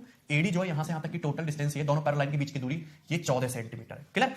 अच्छा, यहां पे एक पॉइंट है आपका ये P, साइड AD पर कहीं कोई पॉइंट है P वेरिएबल, तो आपको मिनिमम वैल्यू बतानी है। ये ऑसम सवाल बनेगा, CP plus PB, minimum value of PC plus PB, PC plus PB की मिनिमम वैल्यू कितनी होगी ये बताना है आपको। अब कैसे करेंगे इसको, मिनिमम वैल्यू ऑफ ये जो PC है, PB है, P वेरिएबल पॉइंट है, कहीं भी हो सकता है, इसके मिनिमम वैल्यू आपको बतानी है। देखिए कैसे करना है, ध्यान से समझना, ध्यान से समझना। यदि मुझको मिनिमम वैल्यू चाहिए पॉइंट B और इस तरीके से पॉइंट C के, अगर मैं C पॉइंट का रिफ्लेक्शन यहां पे बना दूं इस तरीके से, ये बन गया C पॉइंट का रिफ्लेक्शन C डैश, ये 9 है, तो यहां से यहां तक ये डिस्टेंस भी आपकी 9 सेंटीमीटर होगी। और मिनिमम डिस्टेंस केवल कब होगी, जब ये इस तरफ से, देखो यहां पे मैंने इसकी जस्ट मिरर इमेज बनाई है और इसको आगे बढ़ा के सीधा ये क्या होगा आपकी एक स्ट्रेट लाइन हो, ये क्या हो आपके यहां पे इस तरीके से स्ट्रेट लाइन हो, ये कांटा दूरी क्या एकदम स्ट्रेट लाइन हो, क्लियर है। कोई समस्या इसमें किसी को है तो ये मैं यहाँ पे इसका पूरा ट्रेपेजियम इस तरीके से ये बना सकते हैं, ये पूरा ट्रेपेजियम मैंने इसकी मिरर इमेज यहाँ पे ड्रॉ करी है। इसको यदि आप थोड़ी देर के लिए ये भूल जाओ, मुझे कोई मतलब नहीं है, मिनिमम डिस्टेंस मेरी ये जाएगी जो आपको दिखाई दे रही है, क्लियर है। ये कांटा डिस्टेंस जो है ये मिनिमम है, क्लियर है। अब देखिए यहाँ पे आपको दो राइट एंगल ट्रायंगल दिखाई देंगे, इस साइड 9 सेंटीमीटर, इस साइड 12 सेंटीमीटर है, 9 सेंटीमीटर 12 सेंटीमीटर, और इसमें ये दोनों ट्रायंगल सिमिलर है, ये एंगल इसके इक्वल है, ये एंगल भी 90 है भाई, ये एंगल भी 90 है, ये एंगल इसके इक्वल है। सिमिलर ट्रायंगल है तो करस्पॉन्डिंग साइड का रेशियो कितना बना, 3:4, 3:4, तो डीपी से पीए का रेशियो भी 3:4 होगा। भाई करस्पॉन्डिंग साइड 9 सेंटीमीटर 12 सेंटीमीटर 3:4 के अनुपात में है, तो डीपी से पीए का रेशियो भी 3:4 होगा। अगर 3:4 होगा तो 14 सेंटीमीटर को 3:4 में ब्रेक करेंगे तो डीपी की मिनिमम, डीपी क्या आएगा आपका 6 सेंटीमीटर और पीए कितना आएगा आपका 8 सेंटीमीटर। यानी कि यदि आपका ये डिस्टेंस मिनिमम है, यदि if BP plus PD minimum है, BP plus PC, if BP plus PC minimum है, तो अगर आपसे डिस्टेंस पूछी होती कि बताओ पीडी की लंबाई कितनी होगी, आंसर होता 6। आपसे पूछा होता एपी की लंबाई कितनी होती है, आंसर कितना होता आपका 8। ये भी पूछा सकता है कि 6 सेंटीमीटर होगा या 8 सेंटीमीटर होगा, पी कतई भी मिड पॉइंट नहीं होगा, क्लियर। कोई समस्या इसमें किसी को, आसान है। आपको यहां पे यदि ये पूछा है कि इसकी मिनिमम वैल्यू बता दीजिए बीसी की, तो ये भी आसानी से निकाल सकते हो। यदि आप यहां से इस तरीके से डालेंगे तो ये कितना जाएगा आपका 14 है, ये 9 है, तो ये कितना जाएगा आपका 9 हो जाएगा। तो 12 + 9 21 और ये 14, 12 + 9 ये 21 और ये कितना है आपका 14। तो 21 और 14 का ट्रिपलेट ही तो निकालना है आपको। अगर इसको सिंप्लीफाई कर लूं तो ये 7 × 3 = 21, 7 × 2 = 14, 3 और 2 का रूट 13 होता है। अब 7 से मल्टीप्लाई कर दो, 7 × 3 = 21, 7 × 2 = 14, तो 7 √ 13। ये आसान तरीका होता है निकालने का। तो मिनिमम वैल्यू जो आ जाएगी बीसी की वो कितनी आ जाएगी, 7√30। कितनी आ जाएगी आपकी 7√30, क्लियर है। लेकिन ये डिस्टेंस पूछेगी तो आंसर कितना होगा, 6 सेंटीमीटर 8 सेंटीमीटर, कहां से आया वो भी मैंने आपको बता दिया, क्लियर है भाई। किसी तरह की कोई समस्या इसमें किसी को, ठीक है। ऐसे तो बनने को इस पे बहुत सारे सवाल बन सकते हैं पर वो बहुत ज्यादा लॉजिकल हो जाएंगे, हाई लेवल के, वो पेपर में नहीं आएंगे। इतनी चीजें तो आपको एटलीस्ट आनी चाहिए थी, ठीक। चलिए आगे बढ़ेंगे। सवाल number 12, ABCD is square, ABCD एक वर्ग है, E is a point on AB, side AB पर कहीं कोई पॉइंट E है, such that EB 17, side EB की वैल्यू जो है वो आपकी 17 है। Area of triangle ADE, triangle ADE का एरिया 84 है, तो स्क्वायर का एरिया क्या है। स्क्वायर का एरिया केवल तभी निकलेगा जब आपको स्क्वायर की साइड पता हो। तो स्क्वायर की साइड को मैंने मान लिया ये स्मॉल a, स्क्वायर की साइड को स्मॉल a मान लिया, सो a से b तक है तुम्हारा स्मॉल a, सो a से e तक कितना हो जाएगा a - 17, कितना होगा a - 17, कितना हो जाएगा आपका a - 17। तो अगर ये स्क्वायर की साइड AB स्मॉल है ना, ये 17 a - 17, ट्रायंगल ADE के एरिया की बात करूं तो राइट एंगल ट्रायंगल है, क्या होगा एरिया 1/2 a × a - 17, दिया कितना है आपको 84। सो मैं लिख सकता हूं a × a - 17 बराबर कितना होगा आपका 84 × 2, 84 × 2। आप इस क्वेश्चन को ऑप्शन से भी कर सकते थे, आप देख सकते हो सारे आंसर आपके क्या दे रखे, फुल स्क्वायर दे रखे हैं, यानी कि आपकी जो साइड है परफेक्ट इंटीजर तो है, उसका स्क्वायर है। यानी कि अगर मैं 84 को थोड़ा सा ब्रेक करके लिखूं तो 7 × 12 लिख सकता हूं, 12 दूनी 24, ऐसे में लिख सकता हूं। ये 84 को मैंने 7 × 12 करके लिख दिया। हिट एंड ट्रायल से ध्यान से देखो, ये तो सेटिस्फाई हो गया, मैंने देखने की कोशिश की भाई ये क्वाड्रेटिक बनेगी। क्वाड्रेटिक आपको सॉल्व नहीं करना, हमें हिट एंड ट्रायल से करना, थोड़ा ऑप्शन पे गौर करो, थोड़ा दिमाग लगाओ। अगर देखोगे ध्यान से, सपोज मैं a की वैल्यू को 24 मानता हूं, भाई दो ही चीज हो सकती है ना, a की वैल्यू को 24 मानते हो और a - 17 की वैल्यू को 7 मानते हो, क्योंकि a - 17 कम होगा, a - 17 कम होगा, इसलिए मैंने कम वैल्यू रखी। तो यदि a की वैल्यू 24 रखते हैं तो a की वैल्यू जैसी 24 मानी तो 24 - 17 बराबर 7, तो सेटिस्फाई कर रहा है। तो मुझे पता चल गया कि स्क्वायर की साइड क्या है 24 है, स्क्वायर की साइड क्या है 24 है। हिट एंड ट्रायल से चेक किया मैंने बस कि a को 24 मानेंगे, a - 17 तो 24 से छोटा ही होगा, तो 24 - 17 7 आएगा, तो स्क्वायर की साइड 24 है, तो स्क्वायर का एरिया 24 का स्क्वायर यानी कि कितना होगा 576, 576, क्लियर। सिंपल सा था, बहुत आसान सवाल। नेक्स्ट सवाल नंबर 13। सवाल नंबर 13 मैं आपको समझा भी चुका हूं, मेंस 2017 के पेपर का पूछा हुआ है, एक नंबर का आसान सवाल है। क्लियर? ध्यान से समझना आप इसको। इसमें क्या बोला कि आपके सामने एक है स्क्वायर एबीसीडी, बड़ा वाला दिख रहा है, इसके मिड पॉइंट है साइड एबी बीसी सीडी और एडी के ईएफजीएच, इनको मिला के छोटा स्क्वायर बना दिया। फिर ईएफजीएच की साइड्स के मिड पॉइंट को मिला के फिर से एक स्क्वायर बना दिया, फिर उसके अंदर डाल दे एक सर्कल, और ये जो सर्कल है, सर्कल का एरिया दिया है 38.5। तो आपसे पूछा है स्क्वायर एबीसीडी का एरिया क्या होगा। देखते ही आंसर 196, कुछ भी करने की जरूरत नहीं थी। आपको एक बात पता होनी चाहिए कि जब भी मैं स्क्वायर लेता हूं, स्क्वायर के मिड पॉइंट को मिलाऊंगा तो फिर से स्क्वायर बनेगा, उसके मिड पॉइंट को मिलाऊंगा फिर से स्क्वायर बनेगा, उसके मिड पॉइंट को मिलाऊंगा फिर से स्क्वायर बनेगा। परंतु स्क्वायर का एरिया क्या होता जाता है, हाफ होता जाता है। भाई ये ओरिजिनल स्क्वायर था, उसके मिड पॉइंट को मिलाया तो स्क्वायर का एरिया हाफ हो गया, फिर एरिया हाफ हो गया, फिर एरिया हाफ हो गया। जब भी आप किसी स्क्वायर के मिड पॉइंट्स को मिला के नया स्क्वायर बनाओगे तो इसका एरिया ओरिजिनल स्क्वायर के एरिया का हाफ होगा। यहां पे एक सर्कल है, इस सर्कल है, अगर सर्कल का एरिया 38.5 दे रखा है तो सर्कल के बाहर जो स्क्वायर है इसका एरिया 38.5 से तो ज्यादा ही होना चाहिए, थोड़ा सा ज्यादा होगा, 45-50 के आसपास होगा। भाई ये देख लो आप, यदि सर्कल का 38.5 है तो ये भी तो कुछ ना कुछ एरिया लेगा, थोड़ा बहुत 10-12 तो ये भी लेगा, तो 50 के आसपास स्क्वायर का एरिया होना चाहिए। यदि ये 50 है तो ये वाला 100 और इससे बाहर वाला सबसे बड़ा 200, यानी कि आपका आंसर 200 के आसपास होना चाहिए। ये तो बिल्कुल भी नहीं है, ना ये हो सकता है पॉसिबल, ना ये पॉसिबल है, एक ही आंसर पॉसिबल है 196, और यही आपका करेक्ट आंसर है। इतनी देर का सवाल था 10 सेकंड का। क्लियर? अगर आप इस क्वेश्चन को मेथड से बनाना चाहो तो मैंने आपको बता रखी है चीजें कि यदि कोई सर्कल है, सर्कल के अंदर स्क्वायर है, फिर उसके अंदर सर्कल है, फिर सर्कल के अंदर स्क्वायर है, फिर सर्कल है, तो एरिया का रेशियो कैसे लिखते हैं, सर्कल स्क्वायर 11:7 में चलेगा। 4 से मल्टीप्लाई करो, ये 44, ये 28, सर्कल हाफ हो जाएगा 22, ये 14, सर्कल हाफ हो जाएगा 11, फिर 7। इस तरीके से आपकी चीजें हाफ होती जाएंगी, सर्कल का एरिया भी हाफ होता जाएगा और स्क्वायर का एरिया भी हाफ होता जाएगा। 28, 28 से 14, 14 से 7, इस तरीके से। तो यहां पे मुझे दिखाई दे रहा है एक सर्कल, मुझे सबसे अंदर क्या दिखाई दे रहा है, एक सर्कल दिखाई दे रहा है। इस सर्कल के अंदर में एक स्क्वायर और डाल दूं, सुनते हैं ना, सर्कल के अंदर एक स्क्वायर और डाल दूं, अपनी मर्जी से मैंने डाल दिया। तो यदि सर्कल का ये जो एरिया है, जो पीला पीला सर्कल है, इसका एरिया 11 है, तो अंदर स्क्वायर 7 होना चाहिए। यदि सर्कल का एरिया 11 है, अंदर स्क्वायर 7 होना चाहिए। यदि अंदर स्क्वायर 7 यूनिट है तो बाहर वाले स्क्वायर डबल 14, उसके बाहर वाले स्क्वायर 28 और उसके बाहर वाले स्क्वायर 56, डबल होता जाएगा।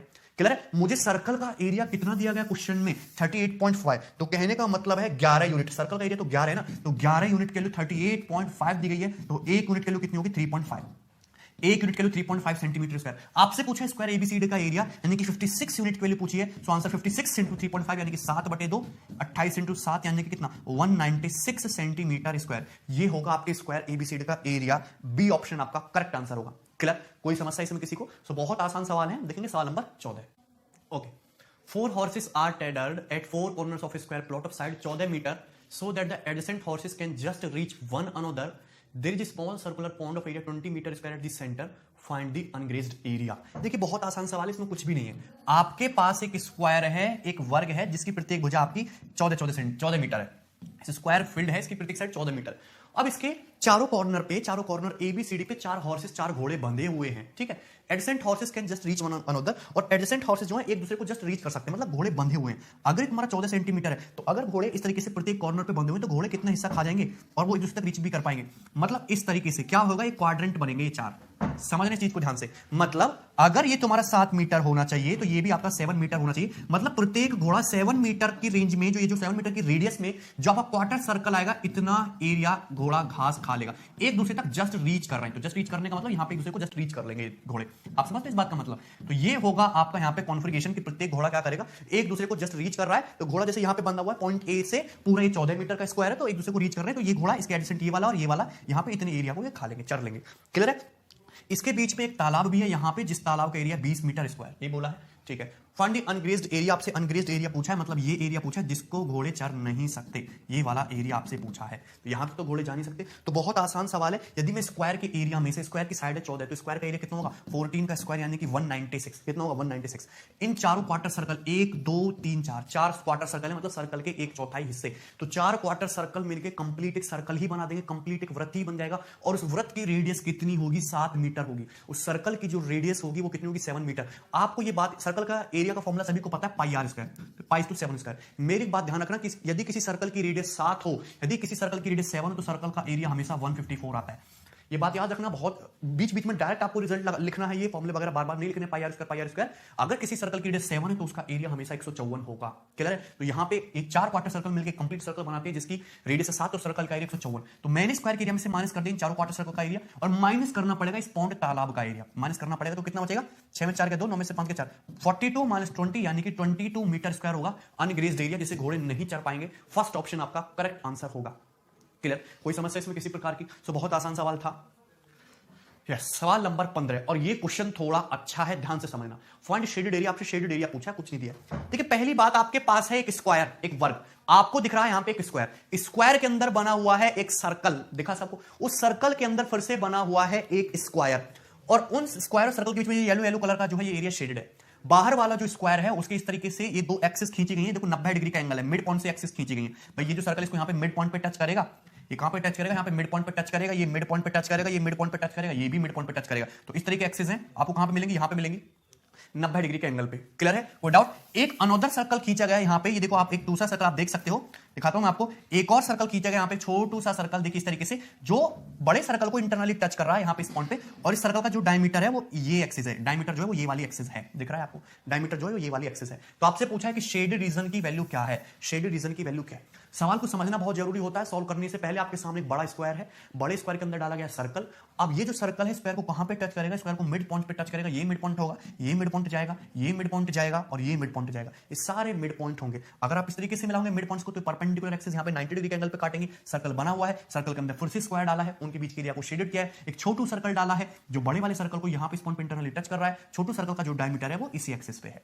आपसे शेडेड एरिया पूछा है और इंफॉर्मेशन क्या गिवन है? इंफॉर्मेशन ये गिवन है कि इस पॉइंट से यहां तक की सर्कमफेरेंस की दूरी, इस मिड पॉइंट से सर्कल की सर्कमफेरेंस के इस पॉइंट की दूरी 6 है, इस स्क्वायर के इस मिड पॉइंट से सर्कल की सर्कमफेरेंस की दूरी 9 है।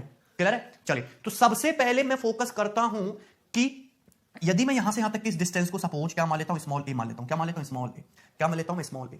तो ये डिस्टेंस भी यहां से यहां तक की कितनी होगी? स्मॉल ए। यानी कि बड़े वाले स्क्वायर की साइड कितनी आ गई आपकी? 2a। बड़े वाले स्क्वायर की साइड मैंने कितनी मान ली? बड़े वाले स्क्वायर की साइड मान ली मैंने 2a। ये आपके छोटे, ये आपके बड़े वाले स्क्वायर का क्या है? साइड है 2a। साइड 2a है तो हाफ हाफ स्मॉल ए होगा, ये स्मॉल है, ये स्मॉल है। ध्यान से सुनना। दूसरी बात, अगर बड़े वाले स्क्वायर की साइड 2a है तो इसके अंदर ये जो सर्कल बना है, उसके अंदर ये जो सर्कल बना है, इस सर्कल की जो रेडियस है वो स्मॉल a होगी। सर्कल की जो रेडियस है भाई वो कितनी होगी? स्मॉल a होगी, स्क्वायर की साइड का हाफ। चले, अब ध्यान से समझना चीजों को ना। मैंने मान लिया है कि स्क्वायर की साइड ये स्मॉल a है, सो यहां से यहां तक ये डिस्टेंस भी a है। जबकि ये डिस्टेंस आपकी 9 है तो ये छोटू डिस्टेंस यहां से यहां तक की कितनी बची? a-9। कितनी बची? a-9। क्लियर है? a-9। बताइए कोई समस्या इसमें? a-9 90 डिग्री का एंगल है। अगर ये तुम्हारे स्क्वायर की साइड स्मॉल a है, 2a है, तो ये सर्कल की रेडियस स्मॉल है, यहां से यहां तक की डिस्टेंस a है, ये 6 है, तो ये कितना बचा? a-6। कितना बचा? a-6। दिख रहा है सबको? a-6। कोई समस्या इसमें किसी को? स्क्वायर की साइड 2a है, उसके अंदर जो सर्कल बना उसकी रेडियस स्मॉल a है, यहां से यहां तक की ये भी डिस्टेंस स्मॉल a होगी। सिमेट्रिसिटी से ये डिस्टेंस भी कितनी आएगी? a-6 ही आएगी, क्योंकि ये जो है ये क्या है? छोटू सर्कल का डायमीटर है, छोटू सर्कल का डायमीटर है। क्लियर है? मैं डायग्राम इधर यहां पे कॉर्नर पे बनाता हूं। छोटू सर्कल, ये आपका छोटू सर्कल है, इसमें दो लाइन है इस तरीके से, ये आपका डायमीटर था ये भी, और अगर ये आपका a-6 है तो नीचे से मिरर इमेज a-6 जाएगा। क्लियर है भाई? यहां से यहां तक ये डिस्टेंस स्मॉल a है तो ये डिस्टेंस a-9 जाएगा। क्लियर है? बताइए जरा मुझे, कोई दिक्कत है इसमें किसी को? यहां पे सबको दिखाई दे रहा है। मैंने बड़े वाले स्क्वायर की साइड को 2a मान लिया, हाफ डिस्टेंस स्मॉल है, डिस्टेंस स्मॉल है, सर्कल की रेडियस स्मॉल आ गई, ये स्मॉल है, ये a-9 बचा, a-6 बचा, a-6 बचा। आपको एक थ्योरम पता होगी, मैंने सर्कल में बताया था कि जब भी किसी सर्कल के अंदर दो कॉर्ड एक दूसरे को इंटरसेक्ट करती हैं तो कॉर्ड्स की जो लेंथ है उनका ये जो क्रॉस प्रोडक्ट है ये क्या होता है? बराबर होता है। क्लियर है? समझेंगे ध्यान से। ये a-9 है, ये a है, ये a-6 है, ये a-6। सो a-6 इंटू a-6 बराबर किसके आएगा? a इंटू a-9 के, a इंटू a-9 के, a-6 इंटू a-6 बराबर a इंटू a-9। a-6 का होल स्क्वायर कितना आएगा? a square minus 12a plus 36 बराबर a स्क्वायर माइनस 9a। तो देखिए a स्क्वायर से स्क्वायर कट जाएगा, माइनस 12 प्लस 9 यानी कि 3a बराबर 36, और a बराबर कितना आएगा आपका? 12। a बराबर कितना आएगा आपका? 12। यानी कि मुझे पता चल गया कि ये जो सर्कल अंदर बना हुआ है इसकी रेडियस 12 है, या फिर ये स्क्वायर जो है इसकी जो साइड है वो 12 प्लस 12 यानी कि 24 है। मुझे पता चल गया कि बाहर वाले स्क्वायर की जो साइड है वो 2a यानी कि 24 है। तो सिर्फ इतना भी सवाल पेपर में पूछा जा सकता था कि आपसे स्क्वायर की साइड पूछ लेते, आंसर हो जाता आपका 24। क्लियर? चलिए, अब मैं ये सब चीज हटा रहा हूं, मुझे फोकस करना है शेडेड एरिया पे। ध्यान से सुनना, मुझे फोकस करना है सिर्फ और सिर्फ शेडेड एरिया पे। शेडेड एरिया एक्चुअली है क्या? ध्यान से सुनना। सपोज मेरे पास एक स्क्वायर है, मेरे पास एक बड़ा स्क्वायर है, उस बड़े स्क्वायर के अंदर आप एक सर्कल है, सर्कल के अंदर फिर से एक स्क्वायर है, सर्कल के अंदर फिर से एक स्क्वायर है, और ये एरिया मेरा शेडेड है, सर्कल और स्क्वायर के बीच में ये वाला एरिया शेडेड है। किसी को कोई समस्या इसमें? मैंने का बात आपको बता रखी थी, सर्कल और सर्कल के अंदर स्क्वायर 11:7 का रेशियो। अगर इस स्क्वायर का अंदर का एरिया तुम्हारा कितना है, सपोज इस स्क्वायर का एरिया 7 है, तो सर्कल का एरिया 11 है और बाहर वाले स्क्वायर का एरिया 14 यूनिट होना चाहिए। क्या ये रेशियो नहीं जाएगा? मुझे बताइए जरा। रेशियो कैसे बना सकते हो? यदि मैं इस स्क्वायर का एरिया को 7 मान सकता हूं तो सर्कल का एरिया 11 हो जाएगा और इस स्क्वायर का एरिया 14 यूनिट होगा। ये रेशियो चलेगा इनके एरिया के रेशियो का। आपको कोई फॉर्मुला वगैरह रेडियस वेडियस निकाल के बढ़िया से शुरू नहीं हो जाना। जब मैंने रेशियो बताया तो सीधा डायरेक्टली रेशियो का यूज करना सीखे ना भाई। मैंने आपको बता रखा है सर्कल देखिए ये है सर्कल के अंदर स्क्वायर रेशियो कितना जाएगा? 11:7। रेशियो कितना जाएगा? 11:7। सर्कल का एरिया 11 है तो स्क्वायर का एरिया 7। अभी बाहर से फिर से एक और स्क्वायर के अंदर बंद है तो स्क्वायर का बाहर वाले का फिर कितना हो जाएगा? डबल 14। सिंपल सी बात। आपके बीच में ये शेडेड एरिया ये आपसे पूछा है, बहुत आसानी से निकाल सकते हो। अच्छा, स्क्वायर की साइड बड़े वाले की है कितनी? 24। 24 के स्क्वायर 576, तो स्क्वायर का एरिया है कितना? 576। यानी कि 14 यूनिट की वैल्यू कितने के बराबर? 576 के बराबर। एक यूनिट की वैल्यू 576/14 के बराबर। आपसे पूछा है shaded area between them. Shaded area है कितना? सर्कल का एरिया 11 यूनिट, स्क्वायर का एरिया 7 यूनिट। तो बीच में जो शेडेड एरिया है भाई, सर्कल का एरिया 11, स्क्वायर छोटू का 7, तो बीच में जो शेडेड एरिया है 11 - 7 कितना बचा? 4 यूनिट। तो एक यूनिट की वैल्यू 576/14। आपसे 4 यूनिट की वैल्यू पूछे तो मल्टीप्लाई बाय 4। इतने सिंपल सा आपको करना था। सवाल 25 सेकंड 20 सेकंड में सॉल्व हो सकता है मैक्सिमम, यदि आपको कांसेप्ट पता है सीधा। रेशियो बहुत काम आने वाला है। Square 7, circle 11, square 14। आपको 14 यूनिट के लिए 576 दे रखी है। सर्कल और स्क्वायर के एरिया का डिफरेंस यानी कि आपसे कितनी? 4 यूनिट की वैल्यू पूछिए। 2 दूनी 4 और 2 सत्ते 14। ये 576 ये कितना हो जाएगा आपका? 1152/7। यानी कि 7 एकम 7, 7 छिंग 42, 7 चौक 28 और ये 164:4/7 आंसर। इतना समय लगेगा क्वेश्चन को सॉल्व करने में। फर्स्ट ऑप्शन एग्जैक्ट आपने आंसर कैलकुलेट कर लिया बिना किसी अप्रोक्सीमेशन से, कुछ ही समय में। कोई समस्या इसमें किसी प्रकार की किसी को? बहुत आसान सवाल था। क्लियर है भाई? ठीक है, चलिए आगे बढ़ेंगे और नेक्स्ट सवाल देखेंगे। सवाल नंबर 16, ये भी बहुत इजी क्वेश्चन है। The sum of length and breadth of rectangle 6 centimetre. आपके पास एक रेक्टेंगल है, एक आयत है, उसकी लंबाई है l, उसकी चौड़ाई है b। आपको गिवन है कि l + b 6 सेंटीमीटर है। A square is constructed such that one of its side is equal to diagonal of rectangle। अगर रेक्टेंगल की लंबाई l है, चौड़ाई b है, तो रेक्टेंगल का जो डायगोनल होगा वो √L² + b² होगा। आपके पास एक दूसरा खूबसूरत स्क्वायर है जिसकी जो साइड है रेक्टेंगल के डायगोनल के बराबर है, यानी कि √L² + b²। ये है स्क्वायर, इसकी प्रत्येक साइड यही होगी √L² + b²। आपसे पूछा है if the ratio of area of square and rectangle is 5:2। यदि स्क्वायर के एरिया रेक्टेंगल के एरिया का अनुपात 5:2 है। स्क्वायर का एरिया यानी कि भुजा का वर्ग, यानी कि √L² + b² का होल स्क्वायर, यानी कि L² + b²। ये हो गया स्क्वायर का एरिया। रेक्टेंगल की लंबाई l, चौड़ाई b, तो रेक्टेंगल का एरिया हो जाएगा l × b। तो स्क्वायर के एरिया और रेक्टेंगल के एरिया का रेशियो 5:2 ही आ गया। 5:2, 5:2। अब यहां से मैं सॉल्व करके या तो मैं क्वाड्रेटिक इक्वेशन बना के बढ़िया से l और b का रेशियो निकाल सकता हूं, या मैं थोड़ा समझदार बनूं तो मैं हिट एंड ट्रायल से आप डायरेक्टली चेक कर सकता हूं कि यहां पे l और b का रेशियो 2:1 आ गया। l और b का रेशियो 2:1 आ गया, सेटिस्फाई कर रहा है। रेक्टेंगल की लंबाई और रेक्टेंगल की चौड़ाई का रेशियो 2:1 आ गया। कैसे? 2 स्क्वायर + 1 स्क्वायर कितना होता है? 5 और 2 × 1 कितना होता है? 2। सेटिस्फाई कर रहा है, यानी कि लंबाई 2, चौड़ाई 1। यानी कि रेक्टेंगल की लंबाई और चौड़ाई 2:1 के अनुपात में, जबकि रेक्टेंगल की लंबाई चौड़ाई का सम 6 है, तो लंबाई होनी चाहिए रेक्टेंगल की 4 और चौड़ाई होनी चाहिए 2। तो रेक्टेंगल की लंबाई 4 है, रेक्टेंगल की चौड़ाई 2 सेंटीमीटर है। लंबाई 4, चौड़ाई 2, रेक्टेंगल का डायगोनल 16 + 4 √20। रेक्टेंगल का डायगोनल कितना आएगा? √20। अगर रेक्टेंगल का डायगोनल √20 तो स्क्वायर की साइड √20 और स्क्वायर की साइड √20 तो स्क्वायर का एरिया 20। यानी कि मुझे पता चलेगा कि जो वर्ग है इसका एरिया कितना आने वाला है? 20। फर्स्ट ऑप्शन करेक्ट आंसर जाएगा इसका। क्लियर? देखिए कितना सिंपल और आसान से सवाल है। ठीक, नेक्स्ट।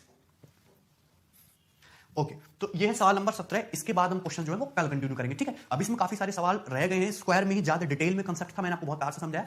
इसके बाद रेक्टेंगल में थोड़ी सी थ्योरी और है और हम इस टॉपिक को जल्दी कवर कर लेंगे। या सर्कल एक बड़ा टॉपिक है, सर्कल और पॉलीगन को हम बहुत डिटेल में पढ़ने वाले हैं। बिल्कुल भी परेशान नहीं हो कि मैं सिलेबस खत्म कराने के चक्कर में जल्दी चीजों को लपेट दूंगा। और दूसरी बात, जिन बच्चों को लगता है कि बहुत हाई लेवल है, बहुत ये हुआ है, ऐसा कुछ भी नहीं है। अगर आप देखोगे तो अगर मैं शीट में 50 क्वेश्चन डालता हूं तो उसमें से 20 क्वेश्चन तो आपके प्रीवियस होते हैं, 25 क्वेश्चन एटलीस्ट आपके प्रीवियस होते हैं 50%। बाकी खुद क्वेश्चन में नहीं बना के डालता हूं, या फेसबुक से वायरल क्वेश्चन होते हैं जो अच्छे क्वेश्चन मुझे कहीं से भी मिलते हैं, मैं उनको उसमें पिक करके डालता हूं, खुद भी क्रिएट करने की कोशिश करता हूं। Ultimately it's a complete package, I am giving you the best.